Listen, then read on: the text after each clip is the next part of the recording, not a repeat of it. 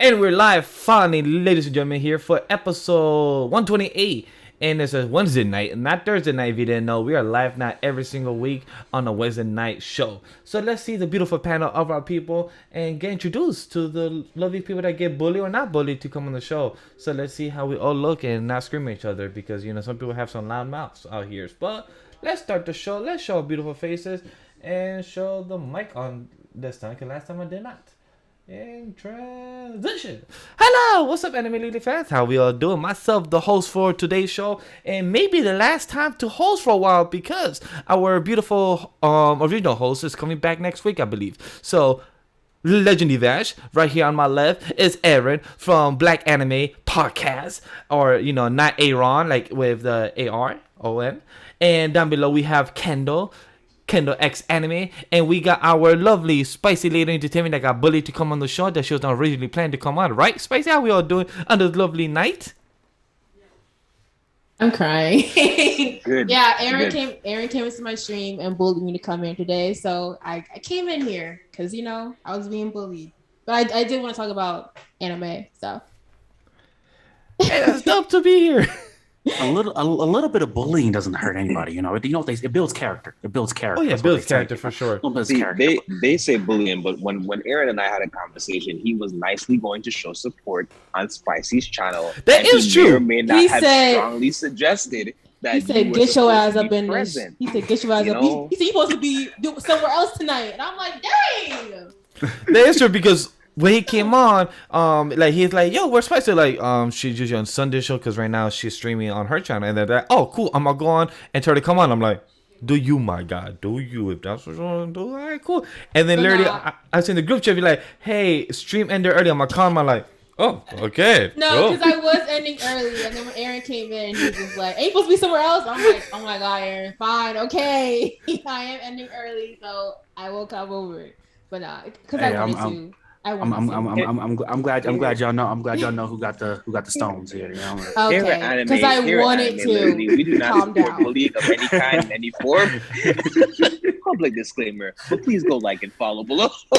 Like the chat is saying, a big shout out to Kirigaya because we see that they're being the advertiser to the chat saying, "Don't forget to sub and follow," and that's very true, guys. If you're new to the stream and if you haven't done so, like the video, like every YouTuber says, but don't forget it does support the algorithm, it does support the video, and subscribe because if you're new to us, I mean, if you haven't found us, I appreciate for you joining the stream. If you was brought by somebody else or if you was bullied to come and watch us, I appreciate it either way. It supports us.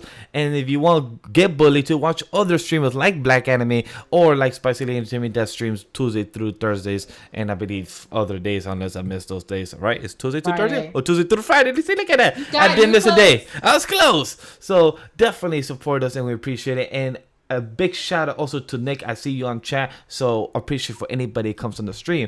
So for today's rundown, we're gonna be talking about what we've been watching, what we've been entertained by, and also big news. A lot of news have been dropped in the past week because it looks like it's been news for every single pop culture type of medium, for Marvel, for Star Wars, and everyone else. Because it looks like this was like a big week to drop news of what's coming out for the rest of the year. So that is definitely some hype stuff to discuss. For next week convo, we might be discussing Vampire in the Garden. That's not yet determined, but that did drop on Netflix. But we'll be talking about that later in the news for sure. But let's get straight to it of what we've been watching, reading, and other stuff that's been happening. So let's start off with watching. Who wants to go first for what they've been discussing? What they've been watching lately for the past week. I'll jump in. Nothing too out of the usual. Like I said, my usual things. I ping on Trapped in a dating sim, Awashi. Everything else that I've been normally saying, but like I said, those two are the two that really, really stand out for me week. As far as reading is concerned, webtoon wise, Shonen Jump stuff, I'm more or less caught up on the things from Shonen Ronin, obviously. And then webtoon wise, I have been keeping up with Return of the Blossoming Blade, Omniscient Reader, and I finally picked back up Your Throne and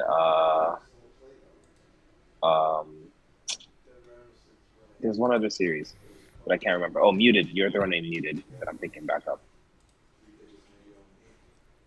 I would say what what I did my binge read on, and I did finish this anime. Where the fuck are you? It was the strongest sage with the weakest crest. I did finally did finish that. My score for that, I'll give it a solid 6.5 out of 10.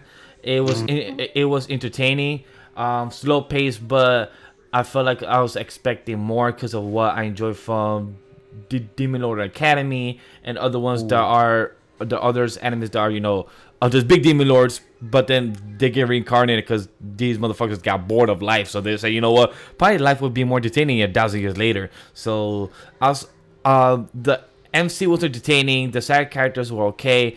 I felt like it was, I don't know, very on the nose. I felt like it was very average, but still entertaining overall.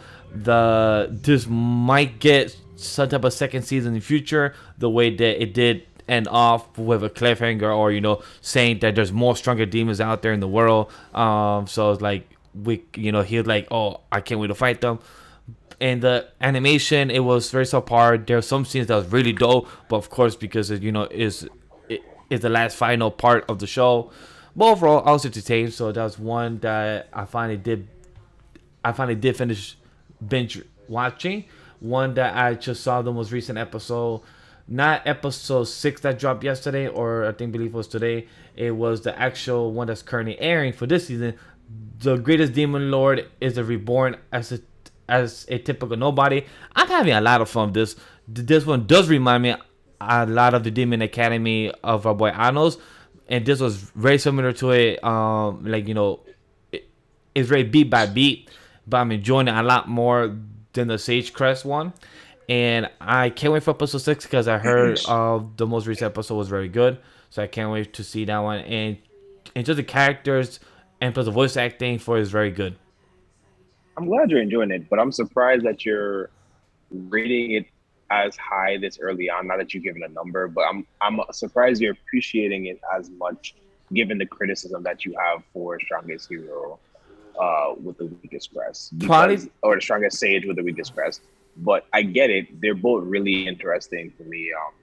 Caught up on the latest episode as well, but yeah, I'm surprised. Just based off of everything that you said about Strongest Sage with the weakest crest, like it's kind of surprising that you're that into this current series, because it feels very copy and paste of several other things. It's because the side characters in the Demon Lord one, I'm being reborn as a typical nobody. I feel like the side characters are more enjoyable in this one because I feel like they're actually stronger and are useful as well compared to the Sage Crest. Those side characters kind of depended a lot on the Demon Lord, guy. So it felt like this one side characters are not the whole type of damsel, being in trouble. So that's why I kind of enjoy this one. And plus the side characters are more funnier. The comedy, where Sage Crest, we literally have 4 characters mostly. With the Demon Lord, we actually have the mistress, the school, the systems. Like they're actually being that's rotated. So that's why that's more enjoyable. One anime, I don't know if anybody's watching the current season or if they actually watched the first season that aired a year or two ago. Science Fell in Love, so I tried to prove it. Season 2, I actually binge episode 1, 2, and 3, and I actually fuck with it heavy, and I start to realize why. So you know how a lot of most animes we watch are with kids or teenagers, right? With Science Fell in Love, it's an adult anime where they're post in college or grad school, so they're the range of 22 up to 30, and this anime talks about love, but also being in love as a college person, as an adult, knowing about the kissing, knowing about the sex aspect, knowing about this type of real world problems, but also knowing what it is to be in love and knowing how is it of you being work buddies, but also being in love.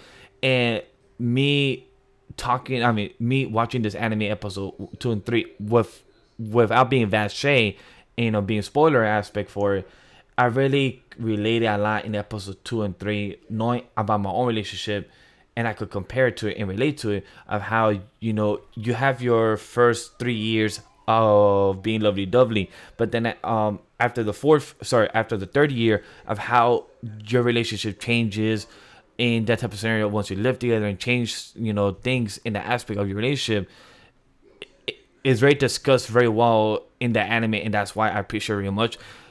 The anime doesn't do anything crazy with story animation wise, but just to actually have an adult anime theme, I felt like it hit home a lot more. Have you ever related to that watching other adult animes that you could relate with me in that aspect as well? That was me watching remake My Life when what's his name, when the one character he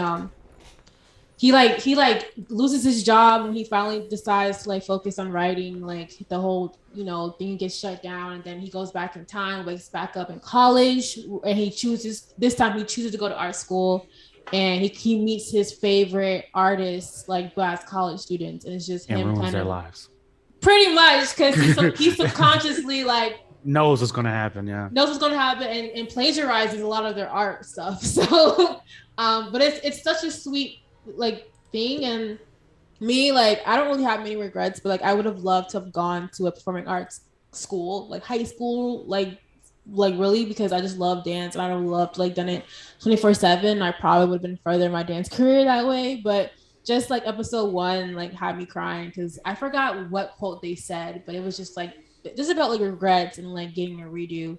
That's what I felt. I was like, dang, like it was really cool. Yeah, this season is definitely feeling like the it's been like a champion for slice of life. So a lot of these more wholesome departures, what we consider the typical, have been showing high quality stuff this season, and I really appreciate it.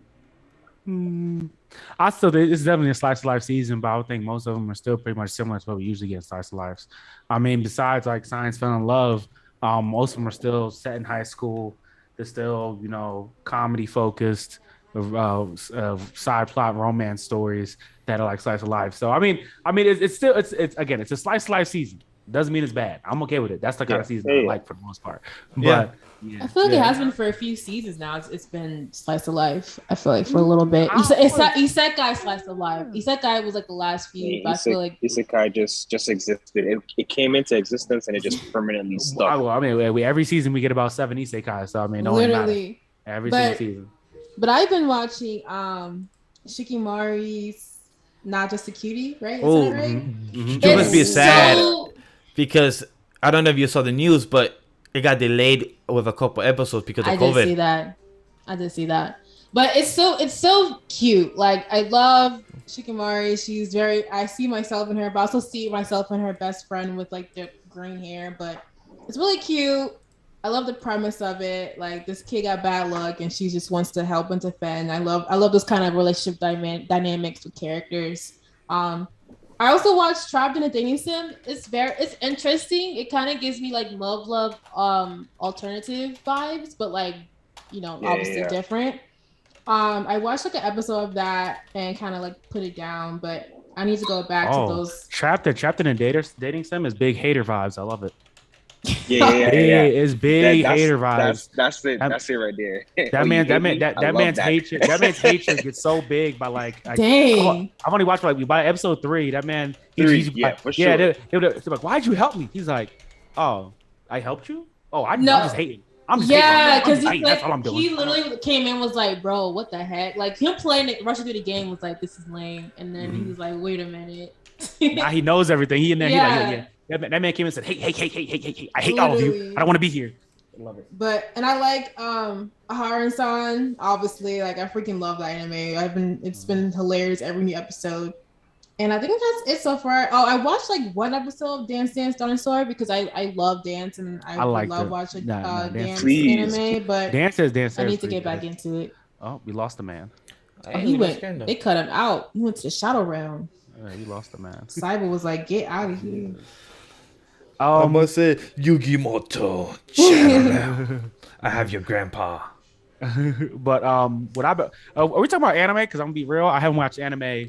No. This is overall what you've been watching. It don't have to be anime. It could be TV show because there is a couple things I watched too that's not anime, which I was gonna bring up. But if you want to include anime right now, if not, go straight to TV shows, movies. You're on mute right now. You're on mute. I have a confession to make. Okay, I haven't watched the anime in about 2.5 weeks. It's been a dark time for me as an anime watcher, but I've been obsessed. I've been obsessed with something else. I've been obsessed with something that has enthralled me, that has made me, change the way I live.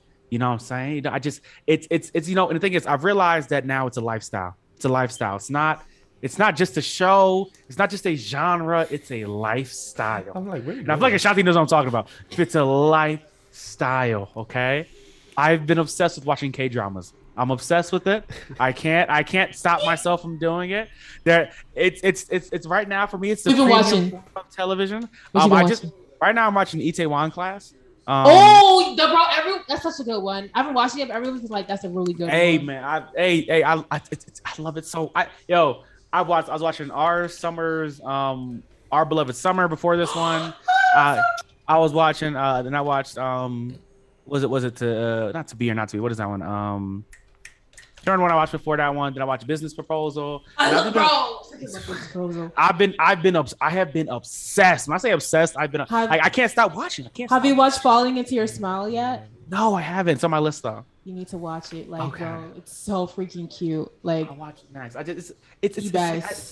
can't stop. I mean, it'll be 1 o'clock. I got work in the morning. I'm like, you know what? I'll watch half an episode. And next thing you know, I'm up for another 3 hours. I'm like, because they're hour long, and you want to watch 7 episodes. Now it's 7 hours gone by. And now your whole day's gone, ruined. It's just. Those Koreans know how to act. I'm sorry, they know how to act. They be they put their foot in it. They know how to motherfucking act. They beat a Jesus. Drama.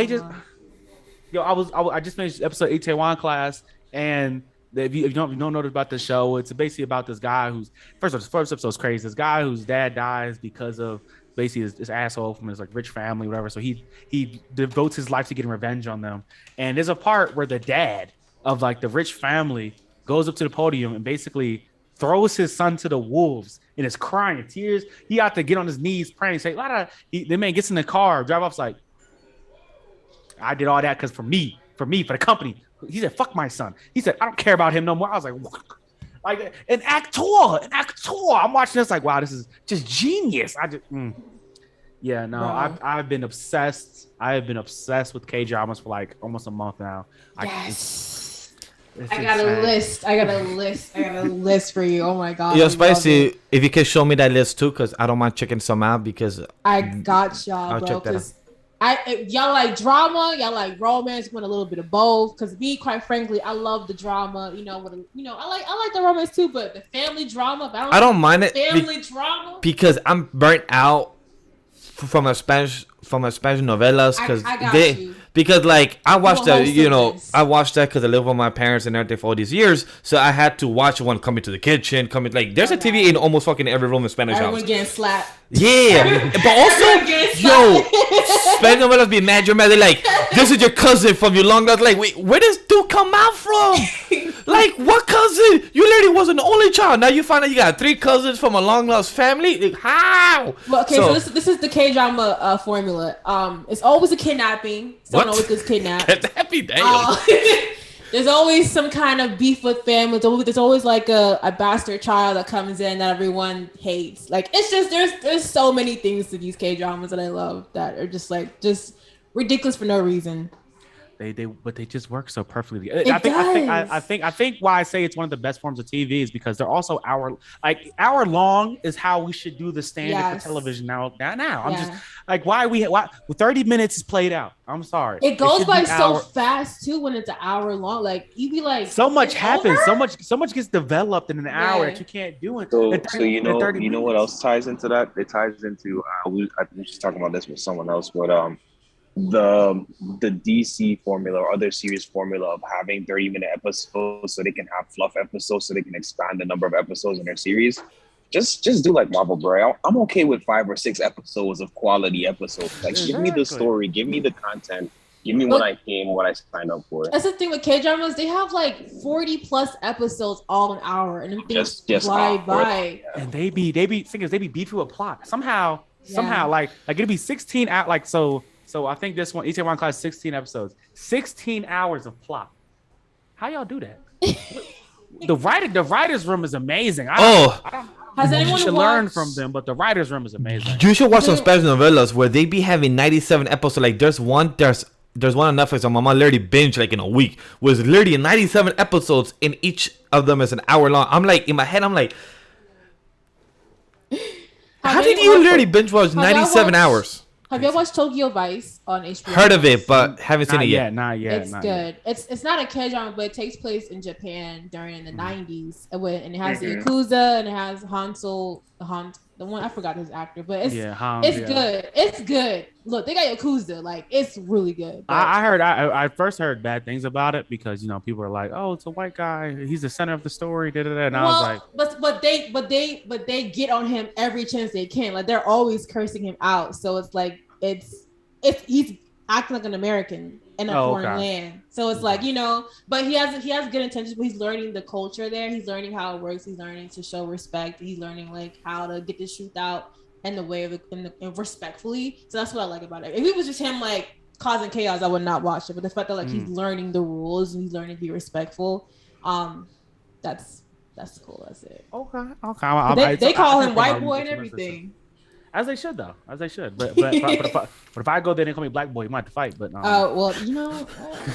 black boy over there. No, whoa. I know we in your culture, but that's not my culture. So but yeah, definitely watch Love Alarm. Definitely watch Falling to Your Smile because it's about esports and gaming, falling in love. Actually, no. I think I just added that to my thing too. I don't like how the description kind of spoils the entire show, but it's okay. Yeah, but stuff goes on. Stuff happens. Teaches lessons. The description is like, so they win the whole thing, and they do. She joins the team, she wins, and in the end, she does get the man. But watch the show now. And I'm like, you already told me everything that happens in the show. Like, you never watch. Like, I never read I just look at the picture. I'd be like, do I want it? Okay. Usually I don't, but it was idling on my TV, and I looked over and I just started reading like mindlessly. I was like, oh. I'll watch this. I have to watch this later. Oh, but what am I reading? I said I'm reading. I read it. I was reading a novel. I've been holding off on. I've been buying manga and not reading it because I've been wanting to do content for. I guess on Instagram, like do some Instagram reels. You've been killing it with the reels though. Yeah. I'm like, I was like, how you? Bro, I'm like, teach me some stuff because I want to post some stuff too, but I need to learn. I'm like, shit, pass some, tips, advice. I'll be out here trying, I'll be doing a lot of the Googling. Okay. I'll be doing a lot of Googling. Same, bro. A lot of Googling. It's the transitions. I'll be like, I'm gonna learn the tricks, child. Like what the girls doing. So what I did is I found I found the app. The app I use is I was gonna ask if you record it separately from Instagram. Oh no, so I do sometimes and I don't. So because Instagram has like the best filters though, low key. So like so you could like record a part of it on there and then like I think you can download off it, save it off and do it. But for the one video I did with the shirt thing, I did it all through. Did I do Filmmaker Pro or did I do Splice? Yeah, I did Splice too. The Splice? Yeah, I did Splice for it. Yes, I used Splice for it. Splice is nice. That's what I did for like the edits for that. But like for the other ones, I just like use Instagram stuff. But yes, I haven't read a lot of manga. The most recent manga I picked up is a good amount. The Tokyo Ghoul Volume 6. I got Mashley Volumes 4 and 5. I got it's all about Hanako-kun Volume 1 because we're never getting a season 2, so I might as well read it. So because everybody hates me. What else did I get? Like Raging Crimson Volume 2. If you're not reading Raging Crimson, y'all need to pick that up. Was getting the anime either late this year or next year. You need to pick that up. I picked up a lot of stuff. I'm gonna read it soon. I picked up a lot of stuff. I could say the most recent type of since you brought a K-drama, I was watching a stand-up comedy special from Ken Jeong. I think I'm pronouncing his name right. The guy that played The Hangover on the Asian dude. I watched his special from 2019. Very good special. Very funny. He spoke real life stuff, but he also made good jokes with the audience and everything. I had low expectation. Not saying that I don't think it's funny, but actually I had low expectation to think that I wasn't gonna laugh that much. But then by the end, I was making jokes.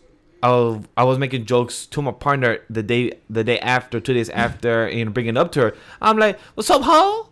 And it's because it comes up from the special, and we're just laughing about it, stuff like that. So that's one thing I would say, for anybody that's in the mood for comedy special, check his out, because his was actually very entertaining, and I was very satisfied with it.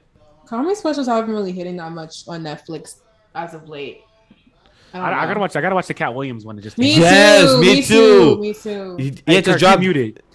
They said that one was really good. It's funny because you said that year, that special for Kim was actually like a really good year for specials, and then it stopped being a really good year for specials like right after that. But yeah, there's a lot of good stuff that's mixed on Netflix. I have to watch the Cat Williams one and the Dave Chappelle one that dropped, I think, last week or something.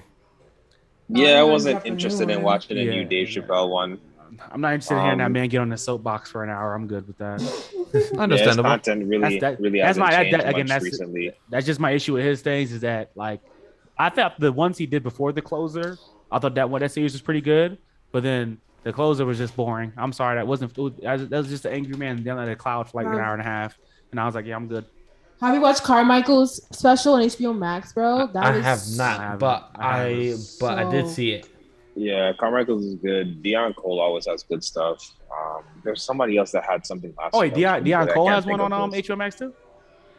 Or is it on Netflix? He has an old one that's on Netflix. Oh, okay. I thought he had a new one. I was about to get excited. Dion. Hey, dude, it's funny. He's funny. It's funny. The jokes be hitting. I'm just saying. I wish was my that notepad. Pull up that notepad real quick. Speaking of comedy. Have y'all watched Z-Way's show on Showtime? Oh my gosh, bro! I've seen clips of it. I've seen clips. I haven't watched. I've seen like random episodes out of order, but it is freaking hilarious. I love what she's doing with it, bro. She's so funny. I'm like, yo, this is it. But she like Chet so stupid. That's how you get a lot of creative freedom on your show. One thing she produced it. That's pretty interesting. She got famous. I'm sorry, she got famous off of from COVID, because she would go live and interview people, and then she got on Showtime. I remember that. Yeah, I remember that. Yeah. All right. One thing I did see recently, well, for me it was again, but for my girl first time and go to entertain. It was the first Sonic. She was laughing about Jim Carrey and everything. The first Sonic movies is good. The Sonic movies are good. Yeah, they're really enjoyable. And my girl's entertained. But what's the funny shit is that we were watching on Paramount Plus, and what's funny is that I just found out like 2 days ago that my girl got Paramount Plus months ago, and I never was told. And she just told me, I just forgot to tell you. I thought I did. I'm like, you got charging your card, just so you know. If you see it come up, you just know it's charging your card. No, my girl got it on her account, so like her card and everything. So it's just girl forgot to tell me, and then one was like, hey, let's knock down, what streaming service that we should not have. She's like, oh, I have this. I'm like, since when did you have Paramount Plus and NBC? I'm like, oh, I had that months ago. I'm like, you don't want to let me know so we could share this account so I can watch stuff I want to watch, like Teen Wolf, iCarly, or other shit. She was enjoying all the Paramount Plus to herself. She said, he don't need this yet. That, or also the new Halo, but now I'm not sure if I want to watch it with the stuff that's been going on, and I've been hearing that. First of all, I didn't. People were saying that it looked good from the trailers and everything like that. I never thought it looked good. I'm sorry. I never liked the way it looked. I didn't think it looked good enough that made me want to watch it at jump. I was just gonna like they had good reviews out the gate, and I was like, I'll go back and watch it eventually, but. I was hoping to watch because of me being a fan of the lore of the series. I've played the first 3 Halo games, on my friend's account and everything, so I wanted to play. I wanted to watch it. But then hearing the reviews and hear what's been happening in the most recent episode, it's just like, that's not my thing. Then the worst part about the Halo thing is that they're not going by any story, any lore. Well, they have said free balling like so much of it. So the writers have publicly said that this is placed in a different universe of the Halo games in the books. So this is a different universe. So I'm like, y'all could have just having the same universe and just adapt what it is from the series, like change up, change a couple things like what Marvel does. Just having the same universe. When are we gonna stop doing the whole? This is a different universe than what? It's like it's a lazy cop out. I feel like. Yeah, I agree. The cop out be like, we want to do, we want to do, and blah blah blah. And it's like, why? When does this ever work? It's so frustrating because they always end up touching and wasting source material in some way or form, and then the fans' feedback is like, why don't you just do what the actual story was, the thing that was really captivating, and that was the reason I wanted to watch the series to begin with. Agree. I don't know. I feel like a lot of people are selfish, bro. You want to put their own stamp on everything. Well, I think a lot of it is also with like studios not having a discernible eye, because for some series that works. For some series, that's what people want from it, right? Well, for other series, they don't. Like let's talk about like Cowboy Bebop versus Bel-Air, right? Cowboy Bebop, they didn't market it as a reimagining. They marketed it as a live action adaptation of the anime and partially the manga, right? Yeah. While Bel-Air, they market this is a reimagining. This is a new take on your Fresh Prince of Bel-Air. Boom, boom, boom. And people at first, they remember everybody was trashing Bel-Air. I was trashing Bel-Air. I'm just gonna be real. You can search me up. I was trashing this shit, right? But it comes out and it was good. Bel-Air was good. They did a good job. Bel-Air is on Paramount Hulu? Plus. Oh, Hulu? No, Hulu. It's not Hulu. I think it's on Paramount. If it's on Paramount, then I can watch it then. You're right. It's on Paramount. It's on Paramount. All right, so if it's on Paramount, look, another reason that I know now that I have Paramount, I can watch it. Like Bel-Air is a good showing of like reimagining something, right? But like I think the people realize there's a reason why there's names for things. Cowboy Bebop was a reimagining. Well, Bebop was a reimagining of Cowboy Bebop. If they had marketed it as such, they probably would have had better feedback. Agreed. Because people came into this the show with the idea that this isn't going to be your mama's Cowboy Bebop, then people wouldn't have looked at it. But also, when I say discernible eye, they should have realized they brought out people live action adaptation of Cowboy Bebop. Everybody hates it. Maybe we should go back and change our idea. If they had this is my I've said this multiple times. I probably said it on this pod before too. If they had done a sequel to Cowboy Bebop, just like we had Blade Runner, then Blade Runner 2049, or whatever it is. They had done a sequel and that kind of effect to it. I think people would have liked it. Little callbacks to the past, see what the future was. That's what people wanted from that series. And I feel like that's with Halo. No one wants to see a continuation or end of Halo. No one wants to see reimagination of Halo. if we want to give a live action of it, we want to see something that is probably close to the comics and that lore than the video game. Like this. Nobody wants to see our boy Master Chief slapping the cheeks. Nobody wants to know. See, but like even if you go back to Cowboy Bebop, like even the term adaptation does not like guarantee a 1-for-1 translation. Yep. However, I agree that when you do say adaptation, I'm thinking that you're sticking closer to the source material. Yep. So when you think about Cowboy Bebop, I will just stick on that because that's the better one to pick out right now. Sticking to source material, like you didn't have one of the main characters. Mm-hmm. You have a franchise that's tested and proven. You know who you can look at the market. You can look at the merch. You know who the main characters are that people want to see. And you literally gutted one of the main characters from existence in the series. I don't want to see the series. You have to understand that your audience is looking for certain things and then be able to give that to the audience as well. Even if it's a retelling of the story, like Bel-Air is a retelling, but you still have the characters. You know what I mean? Like, you have to understand what's key to your team. If you couldn't cast someone in time, or you didn't find someone that you felt met the needs of the casting, which I completely think is unreasonable. I can think of several people that can cast into the role of being Ed. But again, like, where was the effort in making sure that you had a core character? Ed's people's favorite character, bro. For you to say that you're doing Cowboy Bebop and you don't have Ed, this doesn't make sense for my life. But it was that, and then the entire restructuring of the plot, the entire that's like even going behind the plot, even going behind the plot, right? You entirely reconstructed the story structure, and from the ground up, the structure from the ground up, it wasn't even the same story structure of original Cowboy Bebop. Like, and that's the thing, right? Like, I agree, because like I feel like they made Faye's character like great. I love the reconstruction, what they did with Faye. They made her way more like tomboy. Like, I love that, but like.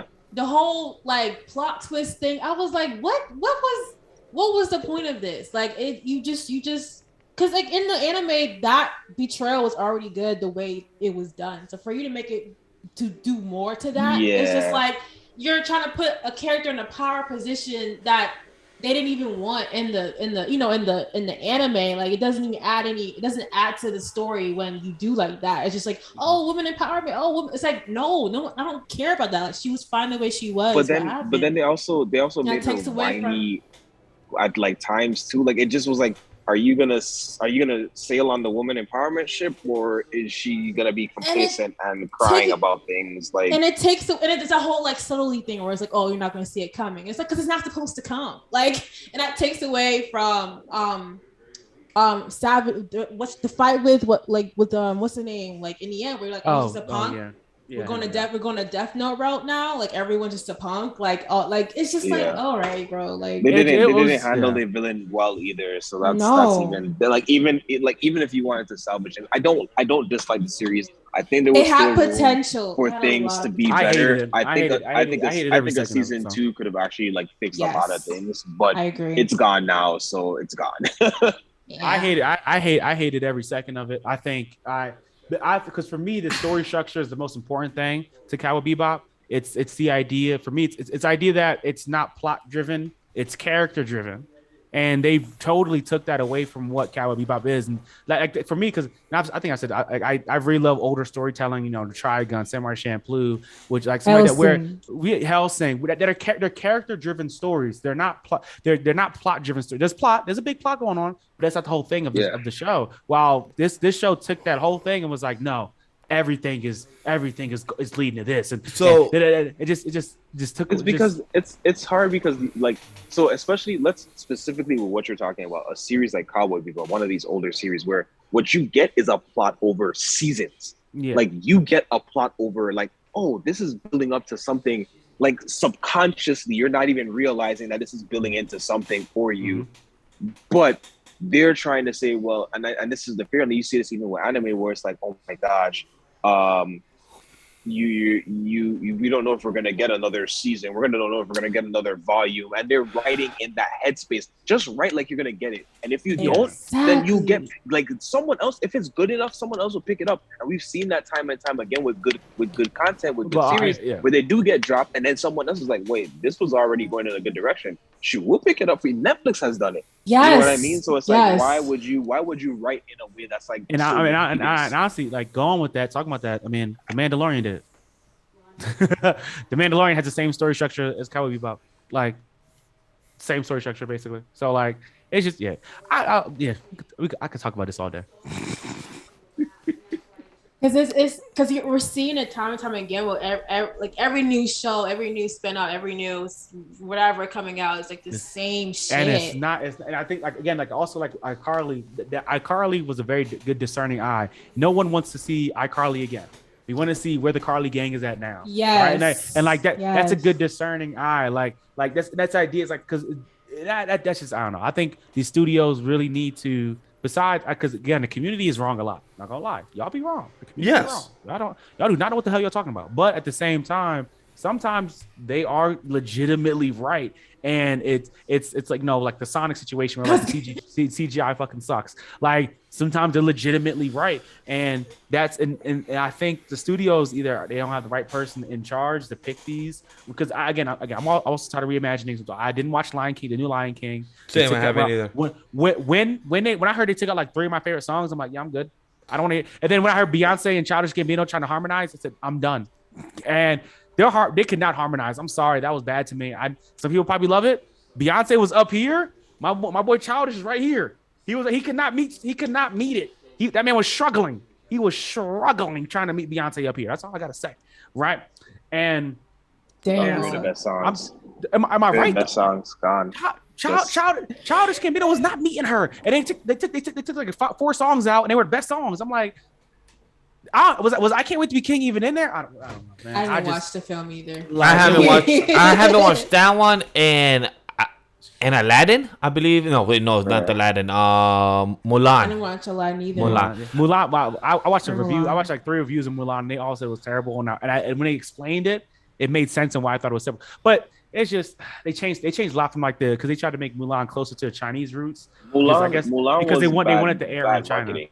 Yeah, Yeah, Mulan was bad marketing. Mulan was bad decisions, bad marketing, trying to do something that they should not have done. They could have just made a And whole. wasn't there like things happening in China at the time? Like when I was filming, like there was like yes, like a yes, little because mini war going. the main character had something to do with Hong Kong and everything, and Yeah. so it was just a bad time all around. And like when I first started, when I did see about it, and they basically took out Fu.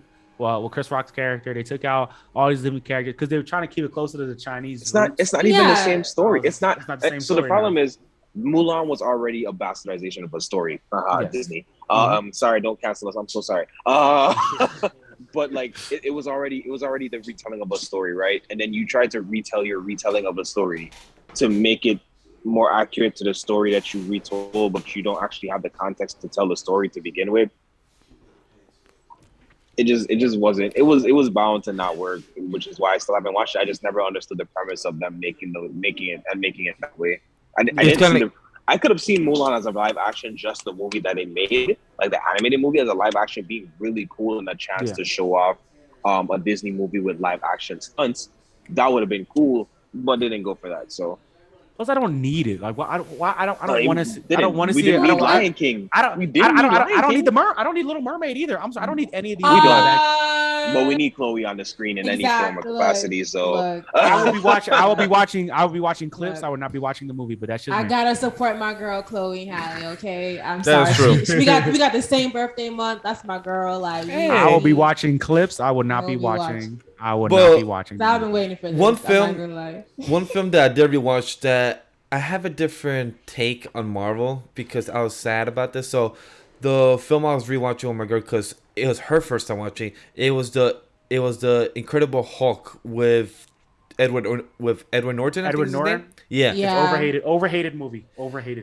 And it's a really good film. I enjoyed the hell out of it. I loved it when I was a kid when I watched it. I don't know why people hated it. And me rewatching it again, I enjoyed the hell out of it. But what got me sad so you know how Marvel does consider that this is part of the MCU because because the story character because of General Ross and because of Tony Stark is literally at the end of the film. So Abomination and plus Abomination because what happened in Shang-Chi and literally because of She-Hulk, literally he pops up, looks better, right?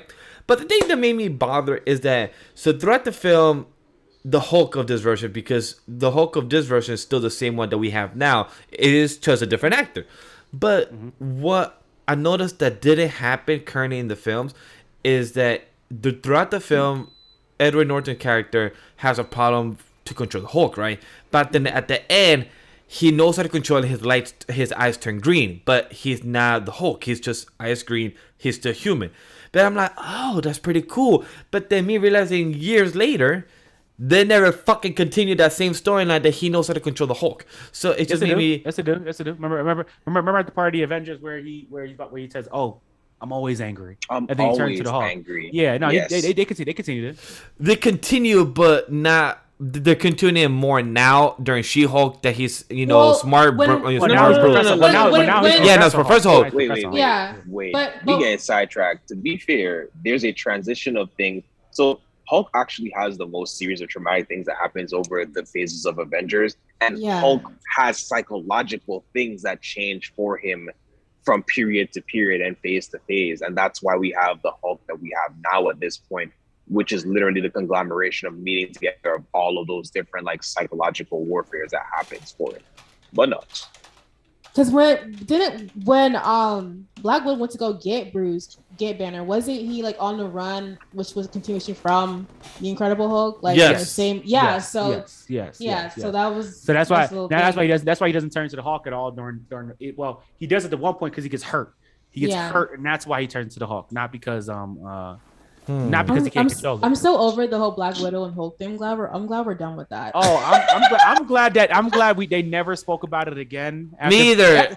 Me as well. Promise. Avengers 2 had such promise that just fell so. I don't know why. It's just weird what Josh Whedon was trying to do with that shit. Like, why didn't nobody stop him? Black Widow's the only woman character in this group who can't have kids. And we're like, let's give her something to mess with. It's like, no, she got things to but if they want to give her a love interest, I still think I would have loved it more to be Captain America like they did in the Avengers cartoon. Yes.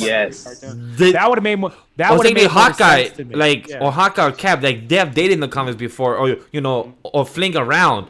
So it's like it makes sense for them, but for Hulk, The Hulk was it's such a there's a monster and that's Josh Whedon shot. That's Josh Whedon. like showing his he has true only one colors, person. okay? Bruce That only was has just- one person, and that's our girl Betty. That has been the main person throughout his lifetime. And I would have been 100% okay if they name dropped her in that movie, and like if when he's talking to Tasha and he's like, only person I've ever loved is Betsy. They But did I had that to in leave What her, let her If. go. Like he could, there's so many times where they could have like added that in, but then They still haven't after years. and to me it was just so crazy to me. They Like, did I was it in just- What If. So Yeah, it's gonna- what they if technically has did it? So in- she still exists. Yeah, but it was but- just. It was. But in the it was- current MCU, they haven't announced it or say like. Yeah. I hope. It's our main universe. So my hope, I know. I'm gonna talk about this on C4's Villains on Friday, but my hope for She-Hulk, they better bring up some Hulk stuff like AK Betty, like this is a full Y'all better center. hope that story is good because I don't like. I've been watching y'all share it. I don't like how it looks. The CGI is so- CGI is bad to me. It's- but I don't besides like that how is that fine. looks. The rest of it looks fine to me. So TJ was a little wonky certain areas. I'm gonna go. They didn't finish that up at all. But towards the end of the trailer, I'm like, I maybe because Moon Knight's CGI wasn't bad, but it was like, whoa, okay. I like Moon Knight CGI. That was great. Moon Knight CGI? It works where it works. Wait, the TV. Come on, y'all. The car chase. That Okay, It yes. works where it works. No. If we're gonna get- If we're gonna get specific, then yes. If we're gonna get specific, yes. We could tell that they probably wanted to do the car chase practically, but something stopped them from doing it practically because That's they've done true. every other car chase in MCU history practically. So I think that's COVID or something, and they were just Look, they adding said cars. and we gave spawning all our in car GTA. budget to Shang-Chi But- and they destroyed the Maserati. So But with Jen, I did have a little inkling about like this her muscle definition because she is very toned in certain comment iterations, but I can see where they're probably going. It is turning out law. So although she is training to control the Hulk, she's not. I guess she's not like building muscle. I don't know. I don't want to assume, but I would like to see the character I like get how you're out here defined. giving them excuses. I like how I know, but because I would just love to see her be a little thicker, bro. But I think they're going with. But look, the question current- though. But the question. current comic book iteration. She's a little more. What toned. happened if she was too thick? Will we complain that why she's not thin? No. No, When I you think- have a I whole, think when you they- have I a actually- gamma no, DNA, so- thighs. You I- can't do that right now. Right now, No. Right now, I I need to act- breathe. I don't want to be able to breathe between the thighs. Okay, right now I can breathe. agree. I support thick thighs just to saying, choke me. I like- support thick like- thighs to choke and everything. But the reason I'm asking that is because you know how you can never please all the type of audience where. Oh yeah. So like if it's too thick, then people complain. Why not make her thin? And then if it's thin, why not make her too thick? So that's why I Why asked does like. it matter for a woman when Bruce has been just like no one complained about his size? Why is it always a woman's? Like, What? Yep. That's Like why does just make size her, matter? Just make her muscle. I would like to see her more muscular. bro. Just like Wonder That's Woman it. suddenly became naked the next time we saw her on screen after her first movie. She just magically had no clothes on. Make no damn sense. Like it's just it's like I think someone posted a picture one time. It was like, oh, it's like an ogre, a male ogre. It looks like a grotesque creature. Woman ogre, green skin. it's like that's the thing. It's like that's how I feel about CGI. I just feel like I think the show is probably gonna be. I think it'd be more fun than Miss Marvel. Just right now, from what I got from the trailer, I think it looks really fun. It looks really, really interesting. I like how they're exploring that part of the MCU. We're getting the different, like the law part. She's in superhuman law. So we're gonna kind of get that show where we've been complaining. Oh, we want to see what happens to the regular people that get involved, which I'm hoping they really kind of explore into that. So I'm still gonna watch it, even if the finalized CGI still looks like this. I'm still gonna watch it. Every time she hawks out, I'm like this. Yeah, and They the were same fighting. thing. They were fighting. They were scrapping in the courtroom, bro. Like I'm like, yo, I'm watching it. Like Yeah, like for that reason is why I said like I hope for You gotta two make it solid. for two types of storylines. Our girl Betty is brought up, and maybe the Red Hulk, like those type of things that we have about the Thunderbolts. At least, like, how is it that you're talking to your cousin and she doesn't ask, have you spoken to Betty or something like that? Like, she literally knows about you as the Hulk, and she knows about your ex-partner or still your lover or whatever it may be. So that's one thing I hope about the show. That's 9 episodes. At least bring up that character, because if this is connected, that's my hope for that. So I do like how Bruce is training her, because I feel I do like that. And But secondly, why did in was the comics. but why That's was what Abomination? Why did Abomination look like that? Like he like I he just- looked- you like he had just- like fish The scales on his. fish spicy, scales, because that's how he actually looks in the comics. It's actually the one decent thing from everything I've seen. They're like that, unfortunately. I was looking like at it, that I was is come like on, that is man. how he His CGI actually looks looks good. in the comics. Like that's how Yeah. he CGI literally actually looks. looks Yeah. pretty good. His It's the CGI one and, decent thing. yes, his CGI and Bruce's CGI actually looks decent. But like, Well, you know they got Yes. Bruce's more or less down packed, so that's they, like they just copy and Oh, paste yeah. in the code. They just Yeah. copy and paste in the code. For the movie. We already did this. His, but thing is, his color scheme has been so inconsistent with getting the green, because I feel like it's gotten less green over the years. They turned that green down. they're trying to make it a a yellow. mixture. They're trying to get it that yellow hue that is off tone from the green, so you're not just like, why are they both green? But it's just Abomination. Let yeah. it just be Abomination. Her suit Yeah, does that look is good. Jen's suit does look good though. I will say that I did like her It's a outfit. nice suit. But also, we got to remember that. And I mean, Vash isn't being in production because anime does video games does this too. This is more than likely one, not finalized footage, and also two, it's more than likely old footage. It's super old footage. It's It looks like a old trailer they cut footage. together like Yeah. 6 months ago, and they just been waiting to release it. And that's more than likely what it is. When we get trailers closer to release date, You could be right, Aaron, I or hope so. or this was actually put together this past week or month, and they just finally got together and they say, "Hey, let's put this. This is kind of done, or let's this is what we could have. Let's just get the hype rolling because it's 3 months away." So Yeah. that also could be the said- case as well. They said She-Hulk might do numbers, might not do numbers. We'll give them the budget appropriate.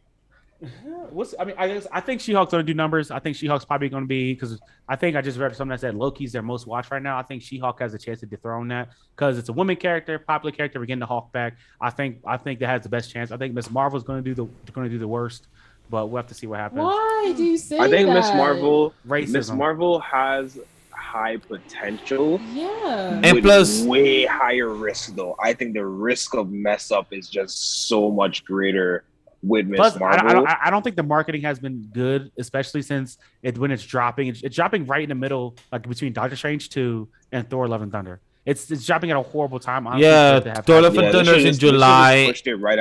Push it right after Love and Thunder. Honestly, And Yeah. and Just Ms. let Love and Marvel Thunder is have a shine. happening next month. Actually, I think June 10th or June. something. Yeah. Yeah, it's just Yeah. a really bad time for it to drop. It's not gonna have anything to do with Thor, so people are gonna feel like I can watch this later. And Yep, it's, that's why I said they should just pushed it. They should just push it to after Love and Thor. And that's, I'm surprised they didn't drop it right before the Marvels. I thought they were It gonna wasn't drop that it. the I case? think that It wasn't the also case with feels the- like a short sell.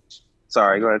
no, I'm sorry. I was saying, but wasn't that the case with the film, right? Captain Marvel. They released it literally like a month like before Endgame, and like I don't know, not even a month, like 2 weeks before Endgame, and I was like, dang, like Which one? They, You talking about? Which one? Captain Marvel was 2 months Oh. because Captain Marvel came Yeah. out in February and Avengers Endgame came out in April 26th or something.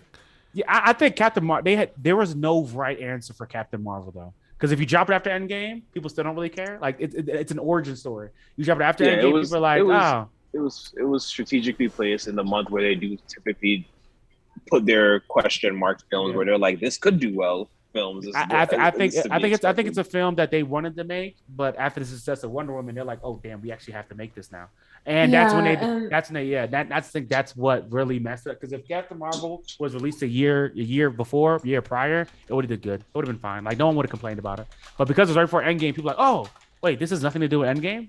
Yes, it has nothing to do with Endgame. it's an origin story. But that's also why, like, when people complain about Moon Knight, it confuses me. I'm getting on my soapbox. When people complain about Moon Knight and they're like, "Oh, I expected more from it," I'm like, so y'all have been complaining for now. This is years, Ben. This has been about a decade now. We're tired of origin stories. Stop giving us origin stories. So they give us an origin series that's going to lead into a Midnight Suns. It's going to lead into Exactly a Moon Knight movie, something like that, some type of property where he's going to be in a movie, and there's not going to be any origin. They're just going to have him in there. He's just going to be in that motherfucker. It's just going to be him there talking to himself. That's what's gonna happen, and y'all are complaining about it. Like I don't like for me for some of these series, I don't get what people are expecting from it. Like they're expecting these MCU universe changing things when I bet it's. But first of all, Disney Plus isn't available in every country that Marvel movies are available in. Number two, most people did not watch WandaVision. I'm pretty sure number for WandaVision is probably up like is because Loki's the most watched, and that's what they reported, and it's still I think Loki's most watched still only hit like what 90 million or something like that.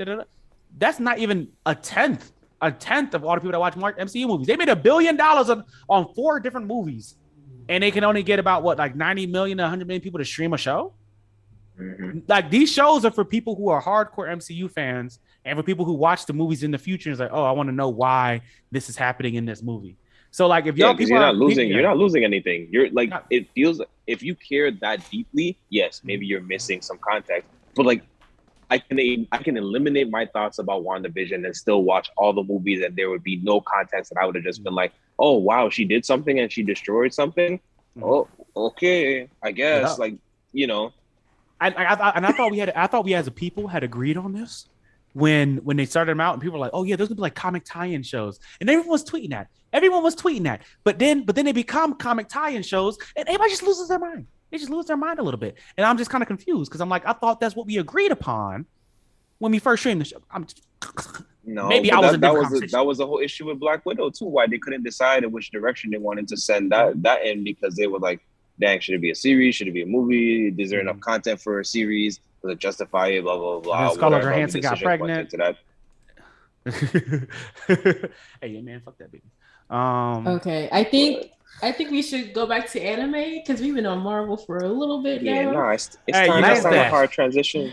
Beautiful transition, Spicy. This isn't my pod, you know. I'm letting the host do the hosting thing, you know. Wow. And look at that. Ray came in and saying, "Man, what?" Laughing out loud. He's I just read that in his voice. Yeah. Yelling it like, "Man, what?" He's like, "Boys, switch the conversation of Ash." So with Spicy was helping out there and saying, "What the hell's going on here with this Marvel conversation?" Let's switch into some beautiful conversation called the news. So. There's some big conversation of big news that has been dropped in the past week, and let's get first about Mob Psycho 100 season 3. Let's definitely not ask Kendall because he's not excited for it. So let's ask Spicy and Aaron for it because real anime is back. Mob Psycho's real anime is back. Okay, like I'm tired of all this fake shit. Real anime is back. Mob Psycho. Crying. Yo, Mob Psycho. So the question is to you guys, with only 8 chapters left for them to cover for this last season, do you think they're going to do a little 10, 11 episodes, or do you think they're going to do the full 12, 13 episode core? Because technically there's only 8 chapters left in the series, and Mob Psycho 100 season 3 got announced for the fall season. So fall season is more stacked than it usually is as well. Going to be beautiful. Even 12. I thought it's gonna be even 12. I think no reason to do a 10. I mean, unless we get announced that they do it, I feel like an even 12 is fine. Even 12 allows them to probably add in an anime only ending if they really want to, which they probably won't. But we'll see what happens. I'm guessing probably even 12. Even 12. Nothing more, nothing less. Me, I just can't wait for more Mob Psycho 100 and also to hear that new song because the first song was 99 and the next song was 99.9 and the full song is going to actually call 100. I can't wait to see what beat we're going to hear because they've been a banger all the past 2 of them. And I can't wait to see the animation. I forgot who animates Mob Psycho. Who animates Mob Psycho real quick? Let me search that real quick. If we got a Marvel Visions on Disney Plus, I'd be that would be fire. I'm not even gonna lie. Ray, you fucking. They already had Hiro Mashima and Boichi draw like the Doctor Strange promo stuff for Japan. That's what they should have did with What If. But you know what? If What If was like Marvel, that would have been such a gateway thing for them to do, especially with them being Bones does Mob Psycho. Wow. Bones does Mob Psycho mix. All right, so I can't wait. Even more excited to see what Bones does for Mob Psycho. For Mob Psycho season 3. Can't wait to see what they do because I can't wait to see the full power of our boy. Well, Shigo. I just lost his name for a second. And Y'all see that better be 8 episodes of just pure nonstop run to the end, because I don't see how this is a fulfilling season. What? I'm gonna look at it. I'm gonna enjoy it. Real It's gonna anime be is beautiful back. to watch. Real anime is back. It's gonna be beautiful to watch, but fake anime we'll fan see. alert, G. Hey, yo, fake anime fan alert. Aaron, Man. shut up.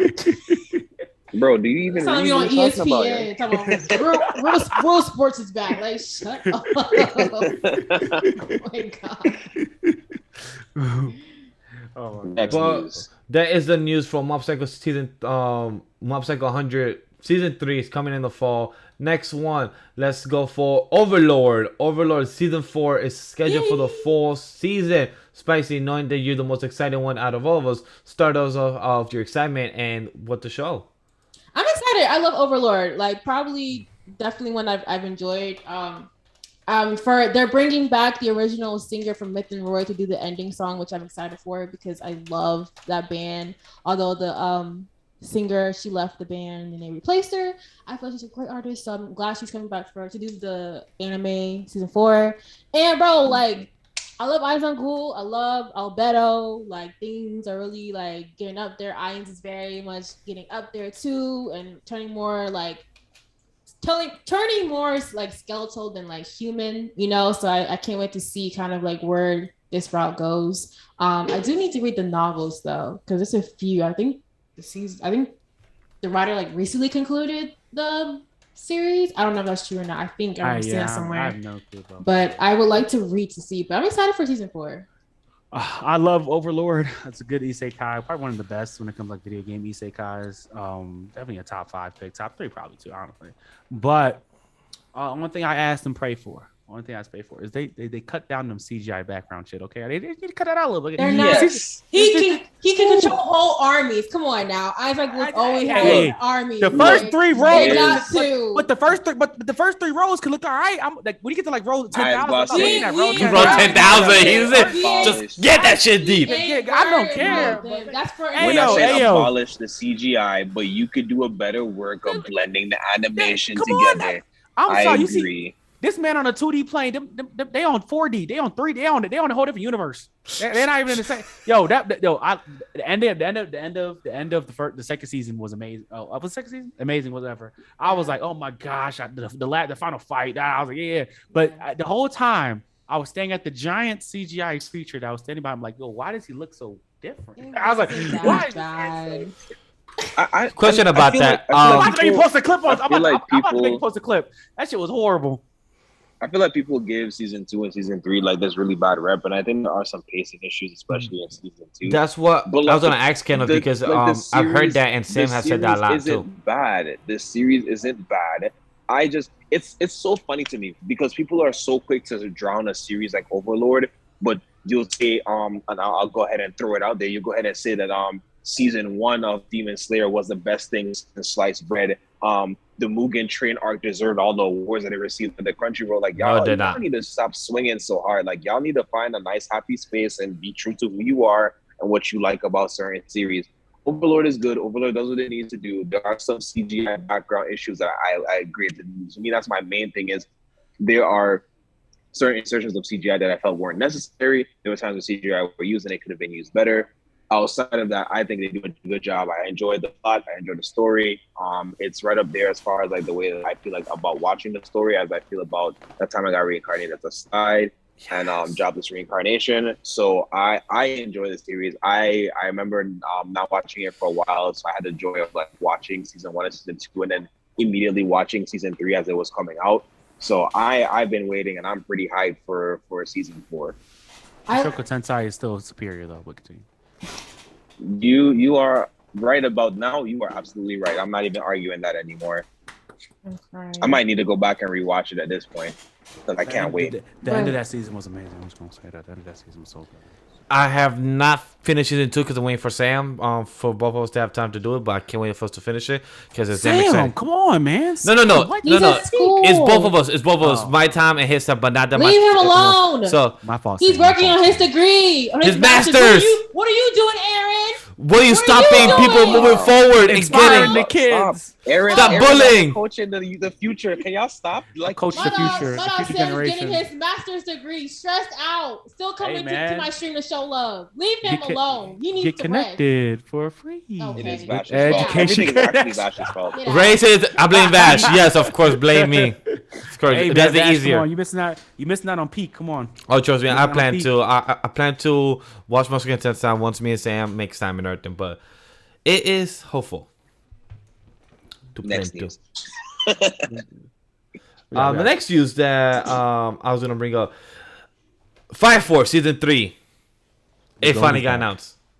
The gold is back. The real is back. The gold is back. The best thing that ever really happened to shonen anime is existing now, and I don't know why we're not talking about it like that. Are you talking about Pokemon?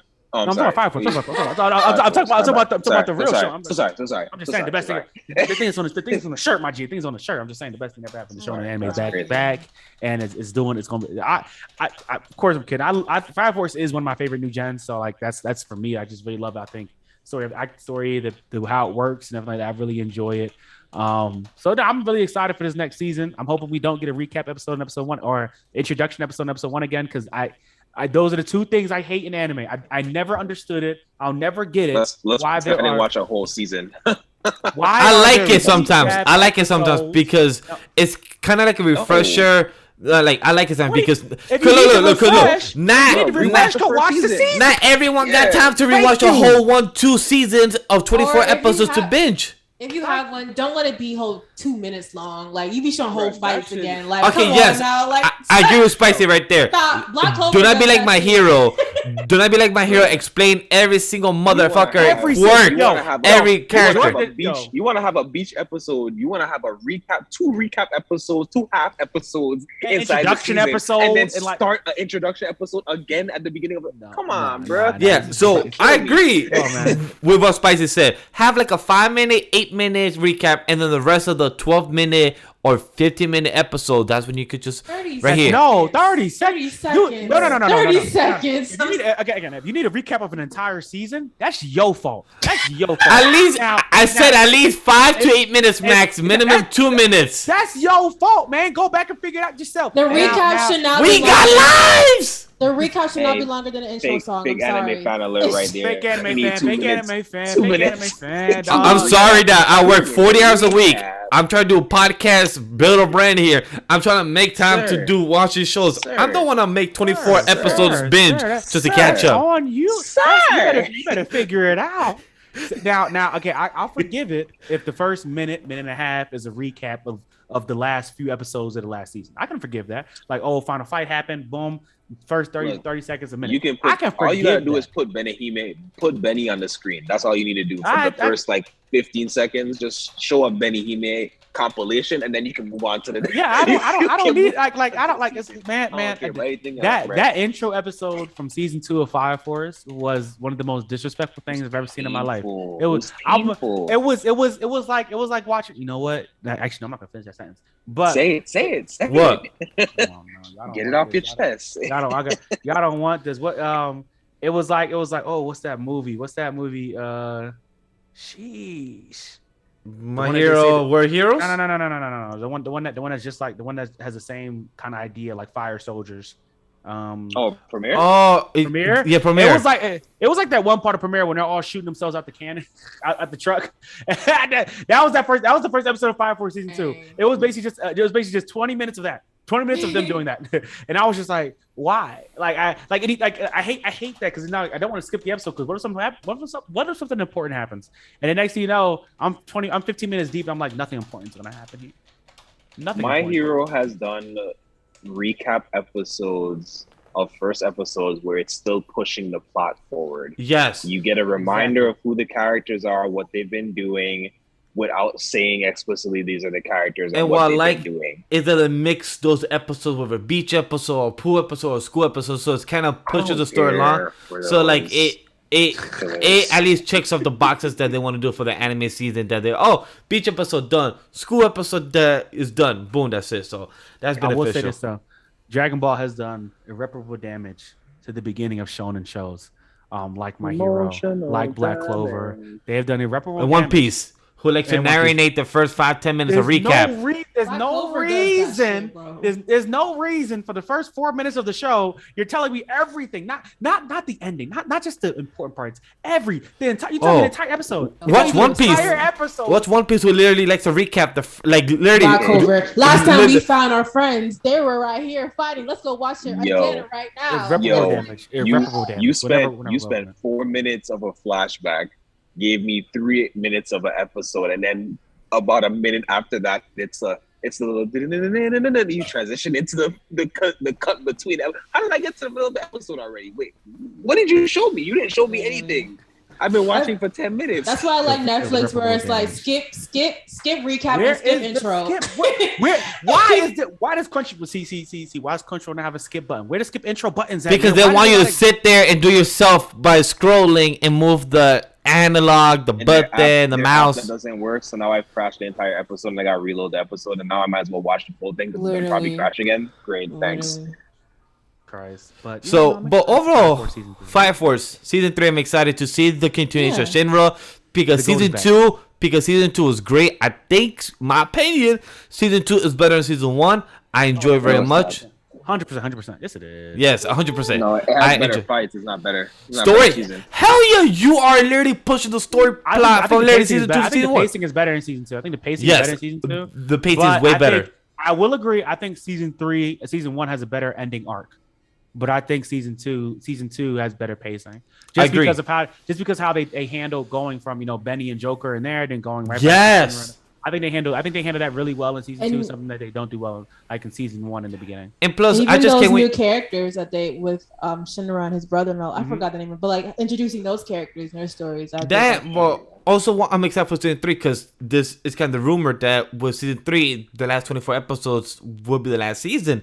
And if that's the case, I can't wait to finally see what does it relate. What is it to cores? What does it relate to Soul Eater? Whole series. They ended like the manga. It's gonna be crazy.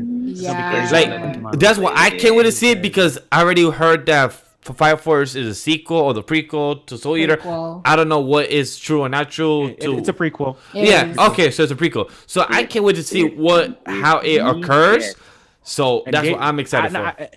If we get, oh my god, because I love Soul Eater. Shinra's final form is amazing. Shinra's final form is amazing. It's the fights literally from the entire last 50 chapters. It's just fights. It's literally hands constantly. And if that's what they're about to animate in this entire 24 episodes, I am completely here for it. I am now back on the hype train of Fire Force. So the real anime is because back. it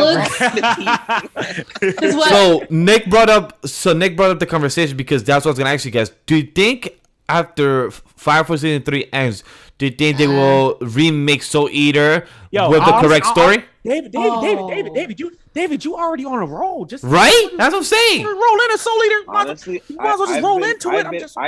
I literally said from episode 2 of season 1, Fire Force is gonna do good and it's gonna prompt this to come back. Soul Eater has always been on Netflix, one of the most rewatched animes that's sitting on Netflix. They have to remake it. They have to remake it. And you're doing it. And if this is the sequel or prequel, that's perfect timing. It's a prequel to it. Yeah.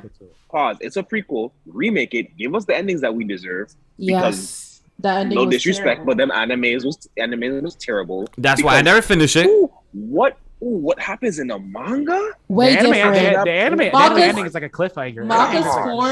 Maka's form is like when I researched, I was like, bro, why didn't the anime do it? I was like, all right, I'm gonna know. David Pro, like y'all might as well just keep going.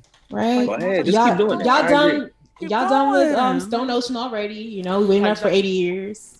Well, actually, we don't know they are because remember they do have an original anime that they're premiering this year, so they could not be done. They could still be doing Stone Ocean at the same time. They are. They're still doing Stone Ocean. And that one's also a two core. That one's also gonna be a 2 core for this year. So, well, I don't know when it's dropping yet, but it's also gonna be a 2 core for this year. So So I mean, David Pro. This is for them. This is a full plate. Yes. But for Mappa, this is like, wow, that's all. No, But, like, for David literally. Pro, for David Pro, they're like, What's yo, that? we're doing 2 anime. Come on now. What do you think? Who do you think we are? Mappa over here, like that's a Tuesday for us. Like, Look, He's Mappa like- snatching things out people's hands. I'm sorry. Mappa snatching. Mappa ain't snatching nothing. People is getting the crumbs left over from when Mappa snatches things. Mappa out here storing a big pot. And plus, it's crazy. Last thing about Fire Force, it's crazy how the manga ended back in February 22, year 2022, aka 4 months ago. It's crazy how, 3 months ago. It's crazy how it ended 3 months ago, and they just officially announced the new season just now. It's crazy how they didn't announce it 3 months ago when they said, "Hey, 5-4 manga ended, but you know what? Season 3 is right here for you next year." They wanted to build David the- Pro. I think it's David Pro. I feel like it's all David Pro. Okay, Yeah, that's true. That's true. It could have been David Pro trying to get the staff ready, to make sure. Also, strategic timing, because you know Yeah. Golden Week was gonna happen. You know that there was gonna be a bunch of announcements through the springtime. Yeah, Like I point think there. it was just a matter of just understanding the market and where you Yeah. were and the size of the company that you are, and being like, you know what, we'll let everybody have their heat. This is our blockbuster thing. We know what we're coming with, and I'm gonna go ahead and get that smooth announcement when nobody ain't looking for it. I mean, and we all kind of knew though, but I just love. Well, I love how Atsushi Okubo is just living his life, playing video games, going on Spaces Live with other mangaka, and just Well, chilling. he's done now. He Yeah. said this is He my last took- manga. I'm done. He I'm took done. a picture of his office and was like, "Everyone has gone home forever." He just Oh took a wow, that's picture. dope.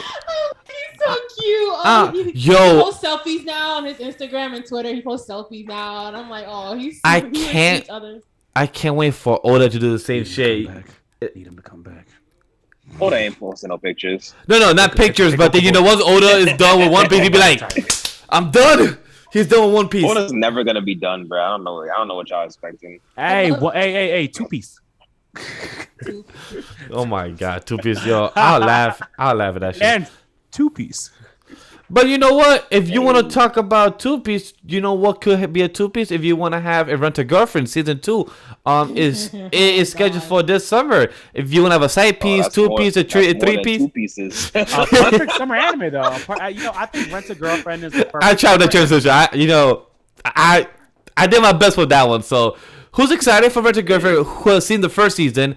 Anybody you're cares not for it?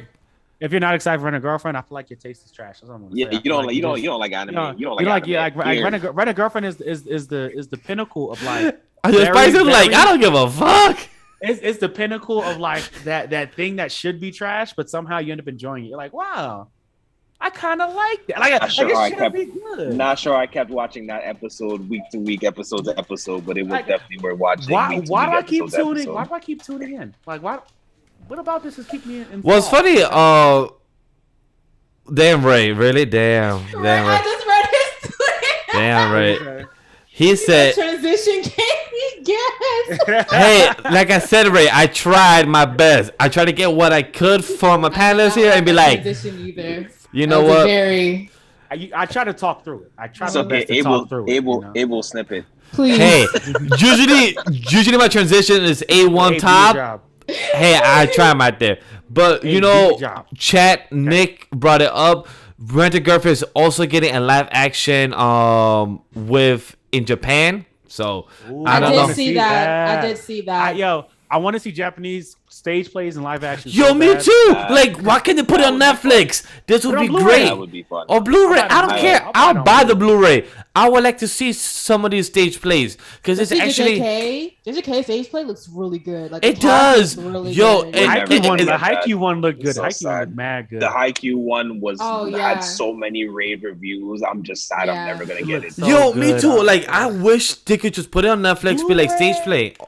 Or Hulu. I don't care. Or Amazon. I will pay the $5, $10 to watch. Disney Plus to watch. can take it up, you know. Disney Plus likes grabbing stuff. Please That stop. is Netflix true. show to us. It needs to just get its own. We're app, never getting like- summertime rendering. Please stop. I'm It's hoping. okay. Yo. we'll Who's get been it. We'll yelling get it. at Yo, next Aaron, month. I'm hoping they do because it's like, yo, We'll Disney, get if it. y'all don't do We'll this, get it y'all next gonna month. suck this big I've D been right here. seeing everyone rave about this damn anime that's like on illegal sites that like it's like Yeah, know what you summertime- need like a Summertime code. rendering. Summertime rendering because Disney Plus licensed it in North America, but they have not released any information on when they're going to drop it. They just wanted to say that they got something over on Crunchyroll. That's all that was. Maybe, who knows? But overall, Roberta Girlfriend, me and Sam was reacting to like first couple of episodes of season 1. We dropped because of views, but also we never got to finish it.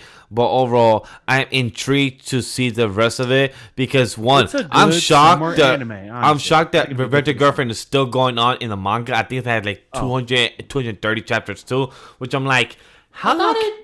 That surprises you? That doesn't surprise me. This feels like a cash grab. This is a money laundering. There's a spinoff. It was spinoff. There's spinoff. This is a money laundering. There is some spinoffs for the side girlfriends or with the girlfriends he dates. I don't know. And then there's the full one premise. called Rent a Shy Girlfriend, right? That one I don't know. I saw that one in Barnes & Nobles the other day. It's a money laundering front. Don't think too much about it. All right. Money laundering. I think enjoy it. Sit back and enjoy it.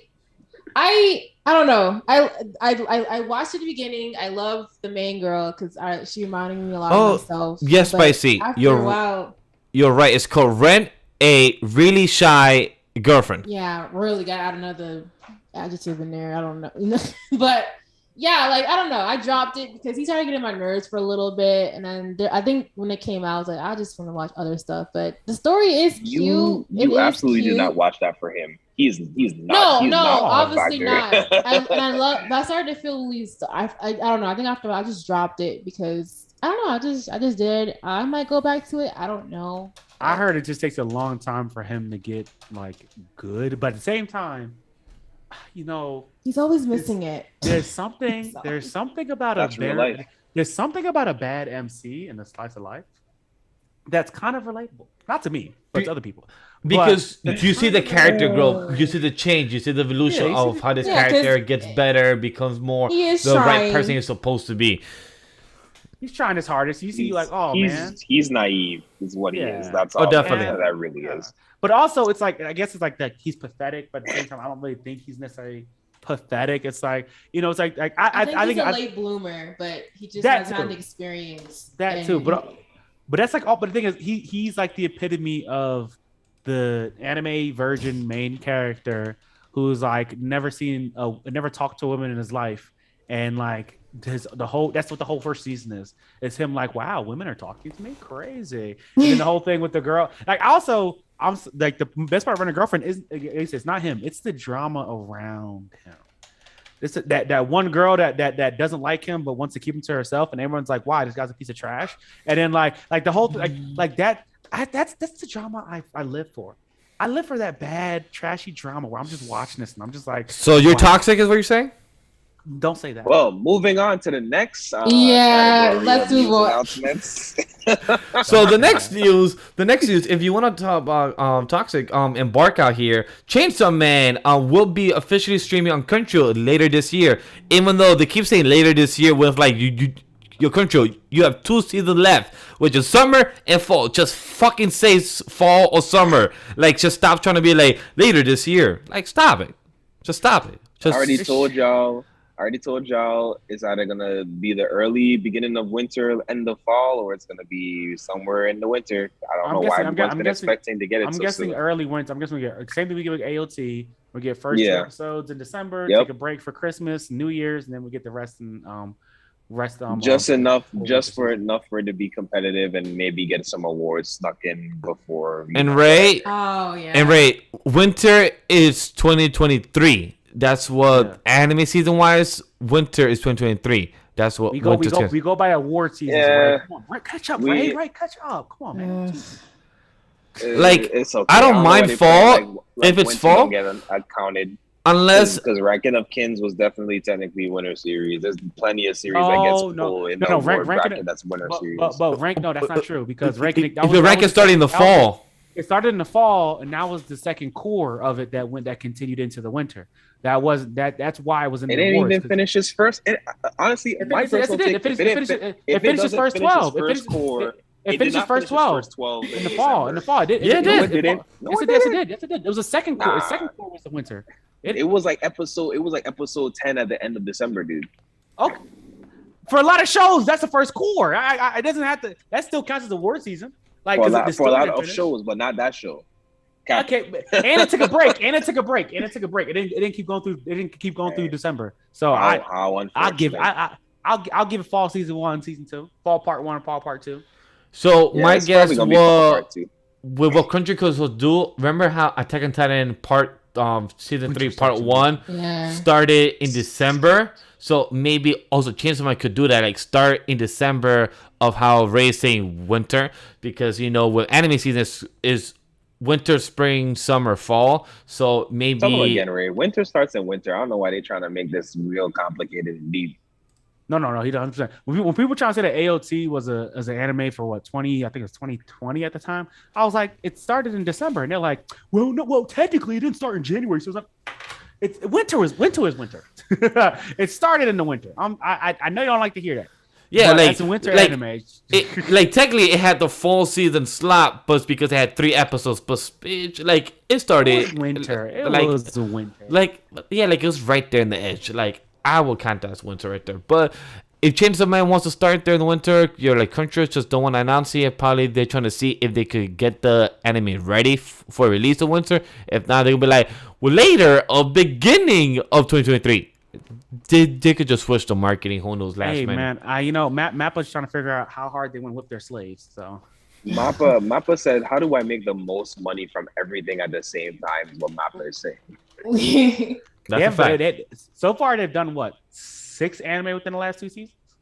Yeah, because they've done some ones that flew. They always do a few that are just straight garbage.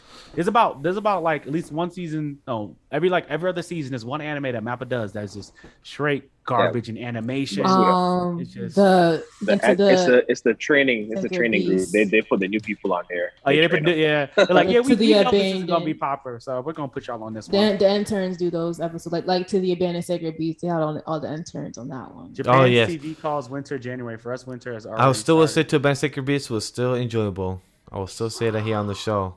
How do you have a gun and don't use it? How do you have a shotgun and never use it? What are we talking about? To the Abandoned Sacred Beast. If I'm correct, you hate the show, Aaron. Oh, I haven't watched it. Everybody says it's bad, so I haven't watched it yet. Okay. But you know what you could watch in the fall season that is confirmed? It's Blue Lock. Season 1 is scheduled for the fall season of this year, 2022. Actually really excited about this series because I've been seeing it do kind of well in the manga or whatever, and I think I like the artwork, and it looks like it's very much chaotic with sports. So I'm like, let's check it out. I'm excited to see this in anime format. Yeah, we haven't had this type of sports anime since Kuroko no Basket, and what I mean by that is it's almost feels close to being a battle shonen kind of thing. Definitely battle shonen. Definitely. So you're telling me very deeply rooted in the sports still. It's very deeply rooted in the sports still. So we're going from quirk basketball to quirk soccer. Yes. Quirk to Mario to yes. Mario Super Soccer Smash. Aaron, thank you. We're going from Blue Lock is the copy and paste of literally Mario Strike Soccer. Is literally that. Yeah, literally that. Because there are some scenes in the manga where a dude is literally kicking the ball almost at 100, 200 miles per hour, and I'm like, how? That But these aren't far-fetched things. Much like Kuroko no Basket, where it's like you're like, oh my god, this is such an exaggeration. It's like these are actual feats that have happened in soccer. So nothing that you see in Blue Lock is something that is actually impossible. Wait, Kendall, it's a bit of an exaggeration. There's a bit of stuff exaggeration in the storytelling of Blue. That man in Quirk basketball, made 43s in one game, and he made and he made one from full court 3 times. Look, full court, not half court. Full court. The premise of the superpower is a superpower, but the ability for someone to actually shoot a full court shot is a thing. There's actually people who have shot 2 back-to-back full court shots, not in a game. But that's a rare human ability. But that's a very human in a game after shooting 38 other 4. Again, that's the anime unrealistic part of it. Correct. That's what I'm saying. Yeah. Like I said, the skills and the feats that happen are rooted, like I said specifically, in actual skills and things that have been documented before. Yes, exactly. I am not knocking you, Kendall, for the Blue Lock. It's just there's some stuff that happened from the coach. Like like there's some scenes where you will lock up a student and I think get him more adrenaline or something just to have him play. Super meter. Yeah, and I'm like, boy, what? Super meter. But it just shows you like it's anime. It just has the anime type of sci-fi twist with the adrenaline or the quirk sockers where you put Aaron. So it just fits perfectly. It's gonna be good, and it's gonna be a darker color palette than we've been getting for a lot of our series. Especially with like slice of life and stuff being so dominant, and isekai, there's been a lot more brighter color palettes rather. So it's gonna be nice to have a bit of a more darker toned color palette for some series. Didn't some controversial happen with the Blue Lock manga? I can't remember right now. Yes, it did. Because of a couple of scenes that seemed very edgy in a soccer type of series. But I don't want to spoil. But yes, it did happen. I remember when it happened. I think it was last year, summer or fall. It happened during. It wasn't heavy about it. Yeah, it wasn't. It wasn't as big a deal as I feel like we're making it out to be. But okay. Agree. So it sucks that James is not here because this is something that he loves this game very much. And I know Ray will probably do some comments on it during the chat. Cyberpunk Edge Runner is scheduled for later this year. Oh, is that DLC for Cyberpunk? No, this is the anime that this is the anime that they're that they're producing from Dark Horse. This is the one they talked about making when they released the game. Yeah, correct. So when the game was announced, they said that they're gonna make an anime from Dark Horse. They're gonna make a comic book as well, and I think a book as well. The comic book came out first, and then they announced the anime. Correct. I think they're animating this. So is anybody excited for this anime made by Dark Horse? Anybody? Who's the studio? That's a Studio Trigger, right? Yes, Studio Trigger. It's gonna be fire. I didn't know it was Trigger. Yep. Okay, yeah. All right. I mean, we already have an idea of what the story is. Yeah, we already have. It's mecha and aliens in space and fighting. No. It's gonna be about somebody that doesn't belong in an area, and they're gonna have to learn to belong, and it's gonna be fighting in between, like and monologues. And then a war's gonna break out. Everybody deserves to be here together. Like, and guess what? It's 10 episodes. And I'm going to be watching the fuck out of it. It looks very colorful, which I'm not surprised because the comic book looks very comic. I'm about to say Dark Horse. Yeah, Dark Horse. So look, hold up. So this is love color. So with the director, I think he's a first-time director or second time. But once I tell you his filmography of this person that's doing Cyberpunk Edge Runner, they have done Premiere. They directed Premiere and did the art direction and the CG special effects. They was also the director for Darling in the Franxx. I don't know if y'all fans or y'all were okay with it. That is not. The ending's gonna suck. That's gonna be a horrible ending. That is a complicated. Sorry. Made it 10 episodes. We've got two so far. So far, the first 5 are gonna be fantastic, and then it's just gonna go down. So far, we've had two. We had two Premiere, and those are both bad endings. Continue. Also the director for Kill la Kill. Okay, that's a hit. Okay. I'm not seeing those. I cannot put any thoughts on it. I mean, he's on Trigger stuff. Some good violence. We know we have some good violence. Yeah, he knows Trigger stuff. He knows the Trigger formula. So definitely the Trigger formula.